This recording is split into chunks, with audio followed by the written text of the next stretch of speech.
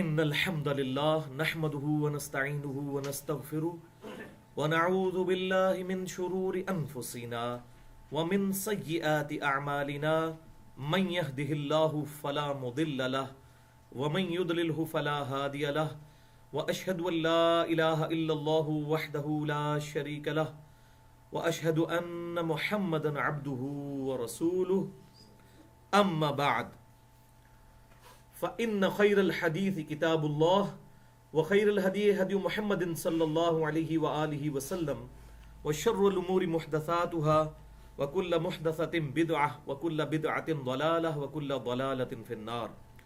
أعوذ بالله السميع العليم من الشيطان الرجيم من همزه ونفخه ونفثه. بسم الله الرحمن الرحيم. رب اشرح لي صدري ويسر لي أمري واحلل عقدة من لساني يفقهوا قولي. بسم اللہ الرحمن الرحیم.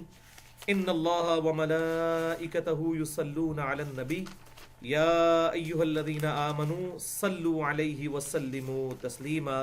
اللہم صل علی محمد وعلی آل محمد کما صلیت علی ابراہیم وعلی آل ابراہیم انک حمید مجید. اللہم بارک علی محمد وعلی آل محمد کما بارکت علی ابراہیم وعلی آل ابراہیم انک حمید مجید. الحمدللہ آج 31 جنوری 2015 کو ہفتے کے دن 10 اور 11 ربیع الثانی 1436 ہجری کی درمیانی رات ہم انشاءاللہ تعالی قرآن کلاس نمبر 160 میں سورہ یوسف کا آغاز کریں گے. اور آج انشاءاللہ تعالی سورہ یوسف کا پہلا لیکچر ہوگا. اس اعتبار سے یہ بڑا اہم لیکچر ہے. تو اس لیکچر کے شروع میں انشاءاللہ 5 علمی پوائنٹس ڈسکس کروں گا. اور چونکہ یہ امپورٹنٹ لیکچر ہے انشاءاللہ یہ ہماری ویب سائٹ ahlsunnatpak.com پر مسئلہ نمبر 107 کے نام سے انشاءاللہ ہمارے یوٹیوب کے چینل اور tune.pk کے چینل انجینئر محمد علی مرزا جو کہ میرے نام پر ہے اس کے تھرو اپلوڈ ہوگا انشاءاللہ تعالی. اور بھائی فیس بک پہ بھی اس کا لنک دے دیں گے انشاءاللہ. تو اللہ کا نام لے کر شروع کرتے ہیں. سورہ یوسف سے ریلیٹڈ 5 اہم علمی پوائنٹس شروع میں ہم ڈسکس کرتے ہیں.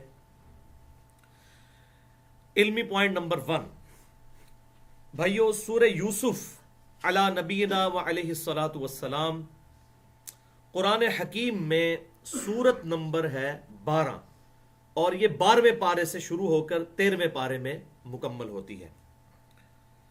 سورہ یوسف قرآن حکیم کی سب سے انٹرسٹنگ سورت ہے. یہ ایک بہترین قصص بھی ہے جو کہ سورہ یوسف کی آیت نمبر 3 میں کہا گیا احسن القصص، اور بہترین قصص بھی ہے. اب یہ 2 الفاظ سمجھ لیں. قصص کہتے ہیں بیان کرنے کو، انگلش میں آپ کہہ لیں نریشن کو، ایڈریس کرنے کو. اور ایک لفظ ہوتا ہے زیر کے ساتھ، یہ ہے قصص، وہ ہے قصص، جس کو ہم اردو میں بھی قصہ یا واقعہ یا انگلش میں ہم نمبر آف ایونٹس یا سٹوری کے الفاظ استعمال کرتے ہیں. تو یہ احسن القصص بھی ہے اور احسن القصص بھی ہے. ایک بہترین بیان بھی ہے اور ایک بہترین واقعہ بھی ہے. علمی پوائنٹ نمبر 2 سورہ یوسف پوری کی پوری سورت صرف ایک پیغمبر اور نبی سیدنا یوسف علی نبینا و علیہ الصلاۃ والسلام سے متعلق ہے. ان کی پوری زندگی کے حالات و واقعات، ان کے بچپنے سے لے کر ان کے مصر کے اندر ایک بہت اہم عہدے تک پہنچنے تک جن مراحل سے ان کی زندگی کو گزرنا پڑا، جو تکلیف ان کو اٹھانی پڑی، یعنی آپ اس کو کہہ لیں کہ یہ بایوگرافی ہے پروفٹ جوزف کی. یوسف علیہ السلام کی ایک پوری آپ بیتی ہے اس کے اندر جو بیان ہوئی ہے، جو کہ اولڈ ٹیسٹمنٹ میں بھی بڑی ڈیٹیل کے ساتھ آئی ہے. اس کا جو کریشن چیپٹر ہے، پہلا ہی چیپٹر پیدائش، اس میں آئی ہے. چنانچہ اسی کانٹیکسٹ میں صحیح بخاری اور صحیح مسلم کی متفقن علیہ حدیث ہے. صحیح بخاری میں انٹرنیشنل نمبرنگ کے مطابق 4699 اور صحیح مسلم میں 6161 کہ آپ صلی اللہ علیہ وآلہ وسلم نے ارشاد فرمایا لوگوں میں معزز ترین شخص ہے یوسف علی نبینا علیہ الصلوۃ والسلام، جو خود بھی نبی تھے، ان کے باپ بھی نبی تھے، ان کے دادا بھی نبی تھے، اور ان کے پردادا بھی نبی تھے۔ وہ خود بھی نبی، یہ آپ صلی اللہ علیہ وسلم کے الفاظ ہیں، جو خود بھی نبی ہیں، نبی کے بیٹے ہیں، نبی کے پوتے ہیں، اور خلیل اللہ سیدنا ابراہیم علی نبینا و علیہ الصلوۃ والسلام کے پڑپوتے ہیں، الحمدللہ۔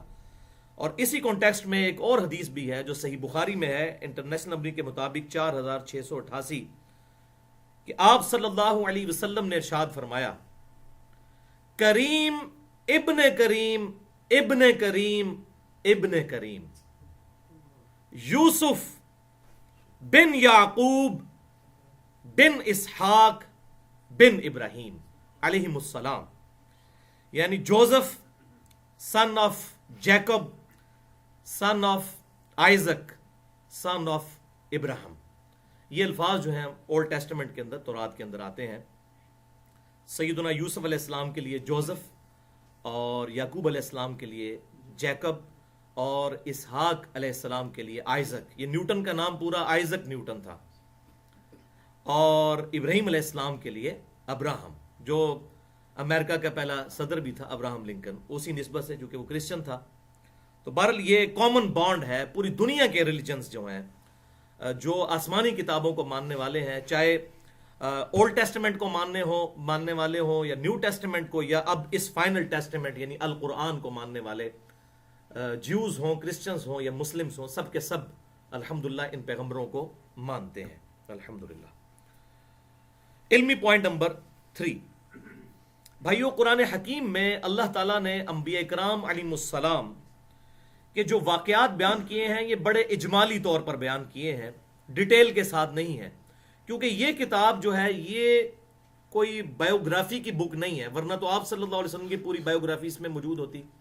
یہ تذکیر کی کتاب ہے، نصیحت حاصل کرنے والی، لہذا مختلف انبیاء کرام علیہ السلام کے مختلف واقعات اللہ تعالیٰ نے قرآن میں نقل کیے تاکہ اس سے عبرت حاصل کی جائے، چاہے وہ آدم علیہ السلام کا واقعہ ہو، یا اسی طریقے سے سیدنا لوط علیہ السلام کا واقعہ ہو، یا سیدنا ایوب علیہ السلام کا واقعہ ہو، یا ایون اصحاب کہف کا واقعہ ہو جو کہ عیسیٰ علیہ السلام کے تابعین میں سے تھے۔ یہ سب کے سب واقعات عبرت کے لیے ہیں، لیکن یہ خصوصیت قرآن حکیم کے حوالے سے صرف اور صرف کامل درجے میں سیدنا یوسف علیہ السلام کو حاصل ہے کہ اللہ تعالیٰ نے ایک پوری سورت، سورہ یوسف، سورت نمبر 12، ایک ہی پیغمبر سیدنا یوسف علی نبینا علیہ الصلوۃ والسلام کے حالات زندگی پر نازل فرمائی۔ یہ بہت بڑی فضیلت ہے سیدنا یوسف علیہ السلام کی، پوری بایوگرافی سورہ یوسف میں بیان ہوئی، اور اس سے ملتی جلتی بھی کوئی اور سورت اس کے قریب بھی نہیں ہے کہ جس میں پورے کسی ایک پیغمبر کے حالات زندگی پوری ڈیٹیل کے ساتھ آئے۔ بال قریب آپ دو صورتیں کہہ سکتے ہیں، ایک سورہ طٰہٰ اور دوسری سورہ القصص، جو کہ سیدنا موسیٰ علی نبینا و علیہ الصلوۃ والسلام، جو کہ یوسف علیہ السلام کی اولاد میں سے ہی آگے بنی اسرائیل میں پیدا ہوئے، ان کے حالات زندگی پر ہے، لیکن وہ بھی اتنی ڈیٹیل کے ساتھ نہیں ہے جس طرح کہ یہ سورہ یوسف ہے، سیدنا یوسف علی نبینا و علیہ الصلوۃ والسلام سے ریلیٹڈ۔ تو آپ اولڈ ٹیسٹمنٹ میں جیسا کہ قرآن حکیم میں سورہ یوسف جو ہے، اور اسی طریقے سے یوسف علیہ السلام کو ڈیل کرتی ہے، اور سورہ طٰہٰ اور القصص جو ہے وہ موسیٰ علیہ السلام کو ڈیل کرتی ہے، بالکل اسی پیٹرن پہ اولڈ ٹیسٹمنٹ میں یعنی تورات کے اندر دو چیپٹرز موجود ہیں بڑی ڈیٹیل کے ساتھ۔ پہلا تورات کا جو اولڈ ٹیسٹمنٹ کا چیپٹر ہے، پیدائش کا چیپٹر، کریشن کہتے ہیں انگلش میں، اس میں حضرت آدم علیہ السلام سے لے کر ابراہیم علیہ السلام کے واقعات، نوح علیہ السلام کے واقعات، لوط علیہ السلام کے واقعات، اور پورا سورہ یوسف میں جو بیان ہوا اس سے بھی زیادہ ڈیٹیل سے تورات کے اندر آج بھی موجود ہے، اردو ترجمے کے ساتھ بھی آپ کو اویلیبل ہے یہ۔ اور جو اس کا دوسرا حصہ جو موسیٰ علیہ السلام کا، جو بنی اسرائیل کا پھر وہاں سے نکل کر دوبارہ شام کی طرف واپس آنا، وہ بھی موجود ہے۔ اس چیپٹر کا نام ہے خروج، جسے انگلش میں ایکزوڈس کہتے ہیں، خروج، وہ بھی ڈیٹیل کے ساتھ الحمدللہ تورات میں موجود ہے، جو قرآن حکیم میں پھر اس کی ساری جو غلطیاں جو ٹیمپرڈ فارم میں تھی دور کر کے اللہ تعالیٰ نے سورہ طٰہٰ اور سورہ القصص میں بیان کیا، اور اس کی کچھ ڈیٹیل سورۃ الاعراف میں بھی آتی ہے، کچھ اجمالی بیان جو ہے وہ سورۃ البقرہ میں بھی آتا ہے۔ علمی پوائنٹ نمبر 4، بھائیو سورہ یوسف کے پس منظر میں امام کائنات سید الاولین والآخرین شفیع المذنبین رحمت للعالمین سیدنا و مولانا امام اعظم محمد رسول اللہ صلی اللہ علیہ وآلہ وسلم کا مکی دور ہے، اور اس کا بھی بالکل آخری حصہ کہ جس میں 2/3 قرآن نازل ہو چکا ہے، صرف 1/3 قرآن نازل ہونا باقی ہے جو مدینے میں جا کر ہونا ہے۔ تو اس پس منظر کو ذہن میں رکھیں، 2/3 قرآن نازل ہو چکا ہے، اور سورہ یوسف بھی بالکل اینڈ پہ مکی دور کے نازل ہونے والی صورتوں میں سے ایک صورت ہے۔ اور اس کی حکمت یہ تھی کہ آپ صلی اللہ علیہ وسلم کی ہجرت مدینہ آنے والی تھی، اور مدینہ میں بکثرت یہودی آباد تھے جو کہ بڑے پڑھے لکھے لوگ تھے، ان کو کتابوں سے واقفیت تھی، تو آپ صلی اللہ علیہ وسلم کو اس حوالے سے ایجوکیٹ کیا گیا، آپ صلی اللہ علیہ وسلم کو تعلیم دی گئی کہ آپ صلی اللہ علیہ وسلم سیدنا یوسف علیہ السلام کے واقعے سے بھی باخبر ہو جائیں، اور اس کا ذکر سورہ یوسف کے شروع ہی میں آیت نمبر 3 میں موجود ہے، وَإِن كُنْتَ مِن قَبْلِهِ لَمِنَ الْغَافِلِينَ۔ اور اے محبوب صلی اللہ علیہ وسلم، اس قرآن کے نازل ہونے سے پہلے آپ یوسف علیہ السلام کے واقعے سے غافل تھے۔ اللہ تعالیٰ نے اس کتاب، اس غیبی خبر کے ذریعے آپ صلی اللہ علیہ وسلم کو اس واقعے سے مطلع کیا، اور اس حوالے سے یہودیوں کی طرف سے کوسچنز بھی آتے رہتے تھے کہ بتاؤ تو کہ ابراہیم علیہ السلام کا تو اصل مسکن جو ہے وہ شام تھا، تو یہ بنی اسرائیل جو ابراہیم کی اولاد ہے شام سے مصر کیسے پہنچ گئے، یہ کیا سٹوری ہے؟ اب یہ ایک پوری سٹوری ہے یوسف علیہ السلام کی اس حوالے سے۔ تو اس طرح کے سوال جو ہے وہ یہودیوں کی طرف سے آنا شروع ہو گئے، اور وہاں جا کر انہوں نے پھر اس کو مزید جو ہے وہ آپ صلی اللہ علیہ وسلم کی نبوت کو چیک کرنے کے لیے اس طرح کے سوالات پوچھے، تو اللہ تعالیٰ نے آپ صلی اللہ علیہ وسلم کو اس حوالے سے گائیڈ کیا کہ یوسف علیہ السلام جو بنی اسرائیل میں سے تھے، اسرائیل بیسیکلی جو یہ ہے لقب ہے، سورہ آل عمران میں بھی ذکر ہے، سیدنا یعقوب بن اسحاق بن ابراہیم علیہ السلام کا۔ یعقوب علیہ السلام کے 12 بیٹے تھے، ان میں سے ایک سیدنا یوسف علیہ السلام بھی تھے۔ انہی 12 بیٹوں سے پھر 12 نسلیں آگے چلیں جو کہ بنی اسرائیل کے 12 قبائل ہوئے۔ تو اسرائیل کا مطلب ہے ہبرو لینگویج میں، عبرانی زبان میں اللہ کا بندہ، یہ ایل کا لفظ اللہ کے لیے استعمال ہوتا ہے۔ تو آپ یہ اس میں بھی آپ دیکھ لیں قرآن حکیم میں جبرائیل، میکائیل، اور اسی طریقے سے اسرافیل، تو یہ ایل کا لفظ جو ہے تو اسرائیل، اگرچہ اس وقت ہمیں بڑی دشمنی ہے اسرائیل کے ساتھ، لیکن اس لفظ کے ساتھ کوئی دشمنی نہیں۔ سورہ بنی اسرائیل ہے 15ویں پارے میں، اسرائیل لفظ کے ساتھ کوئی دشمنی نہیں، ہمارے ایمان کا حصہ ہے۔ سیدنا یعقوب علیہ السلام کا یہ لقب ہے اسرائیل، یعنی اللہ کا بندہ۔ تو ظاہر ہے کہ بنی اسرائیل تو ان کو اون کرتے تھے، خود وہ ان کی اولاد تھے، تو آپ صلی اللہ علیہ وسلم سے اس حوالے سے چونکہ کوسچننگ ہونی تھی، اللہ تعالیٰ نے آپ صلی اللہ علیہ وسلم کو پہلے ہی گائیڈ کیا، بالکل اس طریقے سے جس طرح کہ جب نجران کے عیسائیوں کا وفد آیا تو اس سے پہلے اللہ تعالیٰ نے سورہ آل عمران کی تقریباً 80 کے قریب آیات نازل کی، تاکہ پورے کا پورا عیسیٰ ابن مریم کے بارے میں کیا عقیدہ ہے وہ آپ صلی اللہ علیہ وسلم کو سمجھا دیا جائے۔ تو یہ الحمدللہ آپ صلی اللہ علیہ وسلم کے پاس غیبی خبریں آتی تھیں۔ علم غیب سے متعلق میری بڑی ڈیٹیل گفتگو ہے، مسئلہ نمبر 6A، علم الغیب سے متعلق فرقہ وارانہ نظریات کا تحقیقی جائزہ۔ تو یہ بھی آپ صلی اللہ علیہ وسلم کی نبوت کی دلیل اس حوالے سے کہ آپ صلی اللہ علیہ وسلم کو یہ اللہ تعالیٰ نے واقعہ بیان کیا۔ علمی پوائنٹ نمبر 5، آخری علمی پوائنٹ اس کانٹیکسٹ میں، بھائیو یوسف علیہ السلام کا واقعہ جو ہے آپ صلی اللہ علیہ وسلم کے مبارک زمانے سے تقریباً 2000 سال پہلے ہوا، یعنی آپ صلی اللہ علیہ وسلم کو دنیا سے گئے ہوئے ابھی 2000 سال نہیں ہوئے، بمشکل 1400 سال ہوئے ہیں۔ 1400 آپ کہہ لیں، تقریباً 36 ہجری چل رہا ہے، تو 1425 سال آپ صلی اللہ علیہ وسلم کو دنیا سے تشریف لیے، کیونکہ 11 ہجری میں آپ صلی اللہ علیہ وسلم کی وفات ہوئی۔ تو اس سے بھی زیادہ فاصلہ آپ صلی اللہ علیہ وسلم اور یوسف علیہ السلام کے درمیان ہے، 2000 سال۔ اور آپ صلی اللہ علیہ وسلم نے دنیاوی طور پر کسی سے علم بھی حاصل نہیں کیا تھا، اور آپ صلی اللہ علیہ وسلم کا یہ معجزہ تھا کہ آپ لکھنا پڑھنا نہیں جانتے تھے، یہ آپ کا عیب نہیں تھا بلکہ معجزہ تھا۔ اور اللہ تعالیٰ نے سورۃ العنکبوت کی آیت نمبر 48 میں ارشاد فرمایا کہ اے محبوب صلی اللہ علیہ وسلم، اس کتاب کے نزول سے پہلے نہ تو اپنے دائیں ہاتھ سے آپ لکھ سکتے تھے، نہ کچھ کتاب میں پڑھ سکتے تھے. اگر ایسا ہوتا تو کافر جو ہے شک میں مبتلا ہو جاتے کہ یہ کتاب آپ نے خود گھڑ لی ہے. تو آپ صلی اللہ علیہ وسلم امی تھے. آپ صلی اللہ علیہ وسلم کا یہ معجزہ تھا کہ آپ صلی اللہ علیہ وآلہ وسلم کسی بھی فلاسفر کی آپ نے شاگردی اختیار نہیں کی. آپ صلی اللہ علیہ وسلم نے کسی شاعر کی شاگردگی اختیار نہیں کی. اس کے باوجود جب یہ کلام پڑھا گیا تو بڑے بڑے شعراء نے اپنے کلام پھاڑ دیے کہ یہ کسی انسان کا کلام نہیں ہو سکتا.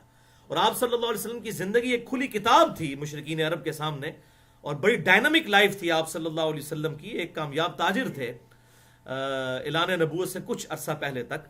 بس آخری سال میں آپ صلی اللہ علیہ وسلم کا جو 40واں سال تھا آپ کی نبوت کا، جب مبعوث ہوئے آپ صلی اللہ علیہ وسلم قمری اعتبار سے، تو اس وقت آپ صلی اللہ علیہ وسلم غار حرا میں عبادت کے لیے گئے. تو یہ ایسی کتاب تو کوئی پروڈیوس ہی نہیں کر سکتا. آپ صلی اللہ علیہ وسلم کا یہ جو کلام اللہ تعالیٰ نے آپ کے دل پر نازل کیا، یہ بہت بڑی آپ صلی اللہ علیہ وسلم کی نبوت کی دلیل ہے. تو ایک تو نبوت کی دلیل، دوسرا آپ صلی اللہ علیہ وآلہ وسلم کی سیم اینالوجی سیدنا یوسف علیہ السلام سے بنتی ہے. Same analogy. اس کو آپ ذرا تھوڑا سا دقت نظر سے دیکھیں گے تو آپ کو یہ بات سمجھ آئے گی کہ سورہ یوسف کیوں اللہ تعالیٰ نے اس حوالے سے مشرکین عرب کے لیے بھی بہت بڑا پیغام تھا کہ آج سے 2000 سال پہلے بھی ایک شخص تھا جس کو ہم نے پیغمبر بنا کر مبعوث کیا، اور اس کے ساتھ کیا کیا سلوک ہوا، الٹیمیٹلی کامیابی اس کو ملی. تو یہ آپ صلی اللہ علیہ وسلم اور یوسف علیہ السلام کی سیم اینالوجی کس حوالے سے بنتی ہے؟ مثال کے طور پر یوسف علیہ السلام کو ان کے اپنے بھائیوں نے سازش کی، ان کے قتل کی، ان کو کنویں میں لٹکا دیا اور پھر اس طریقے سے بیچ دیا گیا. اور ان سے جان چھڑانے کے لیے ان کے اپنے سگے بھائیوں نے، جو اسی باپ کی اولاد سے تھے یعقوب علیہ السلام کی، انہوں نے اپنے سگے بھائی کے ساتھ ظلم کیا. مائیں الگ تھی لیکن عرب کی اینالوجی، عرب کی ٹرمنالوجی میں اور اسلام کی بھی جو تھیسز ہے اس کے اندر باپ اگر ایک ہو تو وہ سگے بھائی ہی تصور کیے جاتے ہیں. یہ ستیلے کا کانسیپٹ ہمارے انڈیا، پاکستان اور بنگلہ دیش کے اندر ہے. عرب کے اندر یہ کانسیپٹ نہیں، نہ اسلام کا کوئی ایسا کانسیپٹ ہے. اگر باپ ایک ہے تو آپ اس کو سگا ہی بھائی تصور کریں گے. تو انہوں نے، سگے بھائیوں نے سیدنا یوسف علیہ السلام کے ساتھ کیا ظلم کیا کہ ان کو بچپنے کی عمر 15-16 سال یا 17 سال کے قریب عمر تھی اور ان کے ساتھ یہ ظلم کیا. وہ انشاءاللہ ہم پڑھیں گے تو پتہ چلے گا. تو اس میں اینالوجی ہمارے محبوب صلی اللہ علیہ وسلم کے حوالے سے اس طرح ہے کہ ہمارے محبوب صلی اللہ علیہ وسلم کے ساتھ بھی مشرکین عرب نے وہی کچھ کیا کہ آپ صلی اللہ علیہ وسلم بڑے چہیتے تھے مشرکین عرب کے. وہ صادق اور امین کہتے تھے اعلان نبوت سے پہلے. آپ صلی اللہ علیہ وسلم کے سچے ہونے کی گواہی دیتے تھے اور بڑی محبت آپ سے کی جاتی تھی. لوگ اپنی امانتیں آپ کے پاس رکھتے تھے، لیکن جب آپ نے دعوت توحید بلند کی تو وہی لوگ جو آپ صلی اللہ علیہ وسلم سے اتنی محبت کرنے والے تھے وہ جانی دشمن بن گئے. تو جس طرح یوسف علیہ السلام کو وہاں سے نکالا گیا اور مصر تک پہنچے، تو آپ صلی اللہ علیہ وسلم کو بھی مکے سے نکلنے پر مجبور کیا گیا اور آپ صلی اللہ علیہ وسلم مدینہ شریف تک پہنچے. پھر دوسری اینالوجی دیکھیں کہ اللہ تعالیٰ نے یوسف علیہ السلام کو کن حالات اور واقعات سے گزار کر الٹیمیٹلی جو ہے مصر میں ایک بہت بڑی پوسٹ تک پہنچا دیا. اور یہاں پر ہمارے محبوب صلی اللہ علیہ وسلم کو بھی مشرکین عرب نے نکالا، لیکن اللہ تعالیٰ نے الٹیمیٹلی ایسی دھاک بٹھائی کہ آپ صلی اللہ علیہ وسلم نے 2 ہجری کے اندر غزوہ بدر ہوئی، 3 ہجری کے اندر غزوہ احد ہوئی، اور 5 ہجری کے اندر غزوہ خندق ہوئی، اور 6 ہجری کے اندر صلح حدیبیہ، 7 ہجری میں غزوہ خیبر ہوئی، اور 8 ہجری میں جا کر فتح مکہ ہو گیا. تو الحمدللہ آپ صلی اللہ علیہ وسلم بھی فاتح بن کر اس شہر میں داخل ہوئے کہ جہاں سے ان لوگوں نے آپ صلی اللہ علیہ وسلم کو نکالا تھا، جیسا کہ یوسف علیہ السلام کے بھائیوں نے یوسف علیہ السلام کو نکالا تھا. اور ایک اور اینالوجی دیکھیں جو بہت بڑی اینالوجی ہے کہ سیدنا یوسف علیہ السلام کو جب یہ سارا غلبہ حاصل ہو گیا تو انہوں نے اینڈ پر اپنے بھائیوں کو معاف کرتے ہوئے کیا کہا؟ سورہ یوسف کی آیت نمبر ہے 92، لا تثریب علیکم اليوم، اے میرے بھائیو آج کے دن میں تم پر کوئی گرفت نہیں کرتا، تمہیں معاف کرتا ہوں، تم اللہ سے معافی مانگو، وہ بے شک بخشنے والا مہربان ہے. اور ہمارے محبوب صلی اللہ علیہ وسلم نے بھی فتح مکہ کے موقع پر وہی آیت تلاوت کی، لا تثریب علیکم اليوم، آج تم پر کوئی گرفت نہیں. سیم وہی آیت آپ صلی اللہ علیہ وسلم نے تلاوت کی جو یوسف علیہ السلام کے الفاظ آئے ہیں سورہ یوسف کی آیت نمبر 92 میں. اور آپ صلی اللہ علیہ وسلم نے اپنے پکے دشمن حتیٰ کہ ابو سفیان کو بھی معاف کر دیا، جو پوری زندگی حضور کا مخالف رہا۔ غزوہ جو پہلا جو غزوہ بدر تھا اس میں ہی ابو جہل آیا، اس کے بعد سارے جو جنگیں ہوئی ہیں ابو سفیان ہی لیڈر تھا ان کا، اس کو بھی معاف کر دیا، واشی کو بھی معاف کر دیا آپ صلی اللہ علیہ وسلم نے۔ تو یہ آپ صلی اللہ علیہ وسلم کی بڑی رحمت تھی۔ وما ارسلناک الا رحمت للعالمین، سورۃ الانبیاء آیت نمبر 107۔ ہم نے آپ کو ساری انسانیت کے لیے رحمت للعالمین بنا کر بھیجا ہے۔ اس حوالے سے جتنی آیات ہیں اور بڑی انٹرسٹنگ احادیث بخاری اور مسلم کی، وہ میں نے مسئلہ نمبر 100 میں بیان کی ہیں، رسول اللہ صلی اللہ علیہ وسلم کی اپنی امت سے محبت کا بیان، الحمدللہ۔ تو آپ صلی اللہ علیہ وسلم نے ان سب کو معاف کر دیا۔ تو یہ اینالوجی بنتی ہے یوسف علیہ السلام اور آپ صلی اللہ علیہ وسلم کے اس واقعے کے دوران۔ بہرحال اس حوالے سے ریسنٹ پاسٹ کے اندر ہی ایران والوں نے 40 قسطوں کے اوپر یوسف علیہ السلام پہ ایک فلم بنائی ہے، پیمبر یوسف علیہ السلام کے نام سے۔ اس کی اردو ڈبنگ ہو کر مارکیٹ میں آ چکی ہے۔ میں اس کے حلال اور حرام ہونے کے حوالے سے گفتگو نہیں کر رہا، لیکن as far as picturisation is concerned, انہوں نے بالکل فٹ ان جو قرآن کی سٹوری تھی اس کو فلمایا ہے۔ اور ابھی علماء کے درمیان اس حوالے سے اختلاف ہے، ہم نہ اس کی تائید کرتے ہیں نہ اس طریقے سے مخالفت کرتے ہیں۔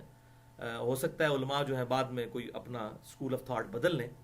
بہرحال اس حوالے سے مجھے اکثر لوگ ای میلز بھی کر رہے ہوتے ہیں جی فلم دیکھیں نہ دیکھیں۔ میں نے کہا یار اب تو بن چکی ہے، اب بنانے سے پہلے کو ہم سے پوچھتا تو ہم کہتے ہیں نہ بنائے آپ، تو اس وقت تو کوئی ڈیبیٹ ہو سکتی تھی۔ اب ایک چیز جب بنی ہے تو اس حوالے سے جو ہے وہ فتویٰ لگاتے ہوئے ہمیں جو ہے، ہمیں تو پرسنلی طور پہ کسی پہ ڈر لگتا ہے، کیونکہ دونوں طرف علماء کے اوپینین موجود ہے۔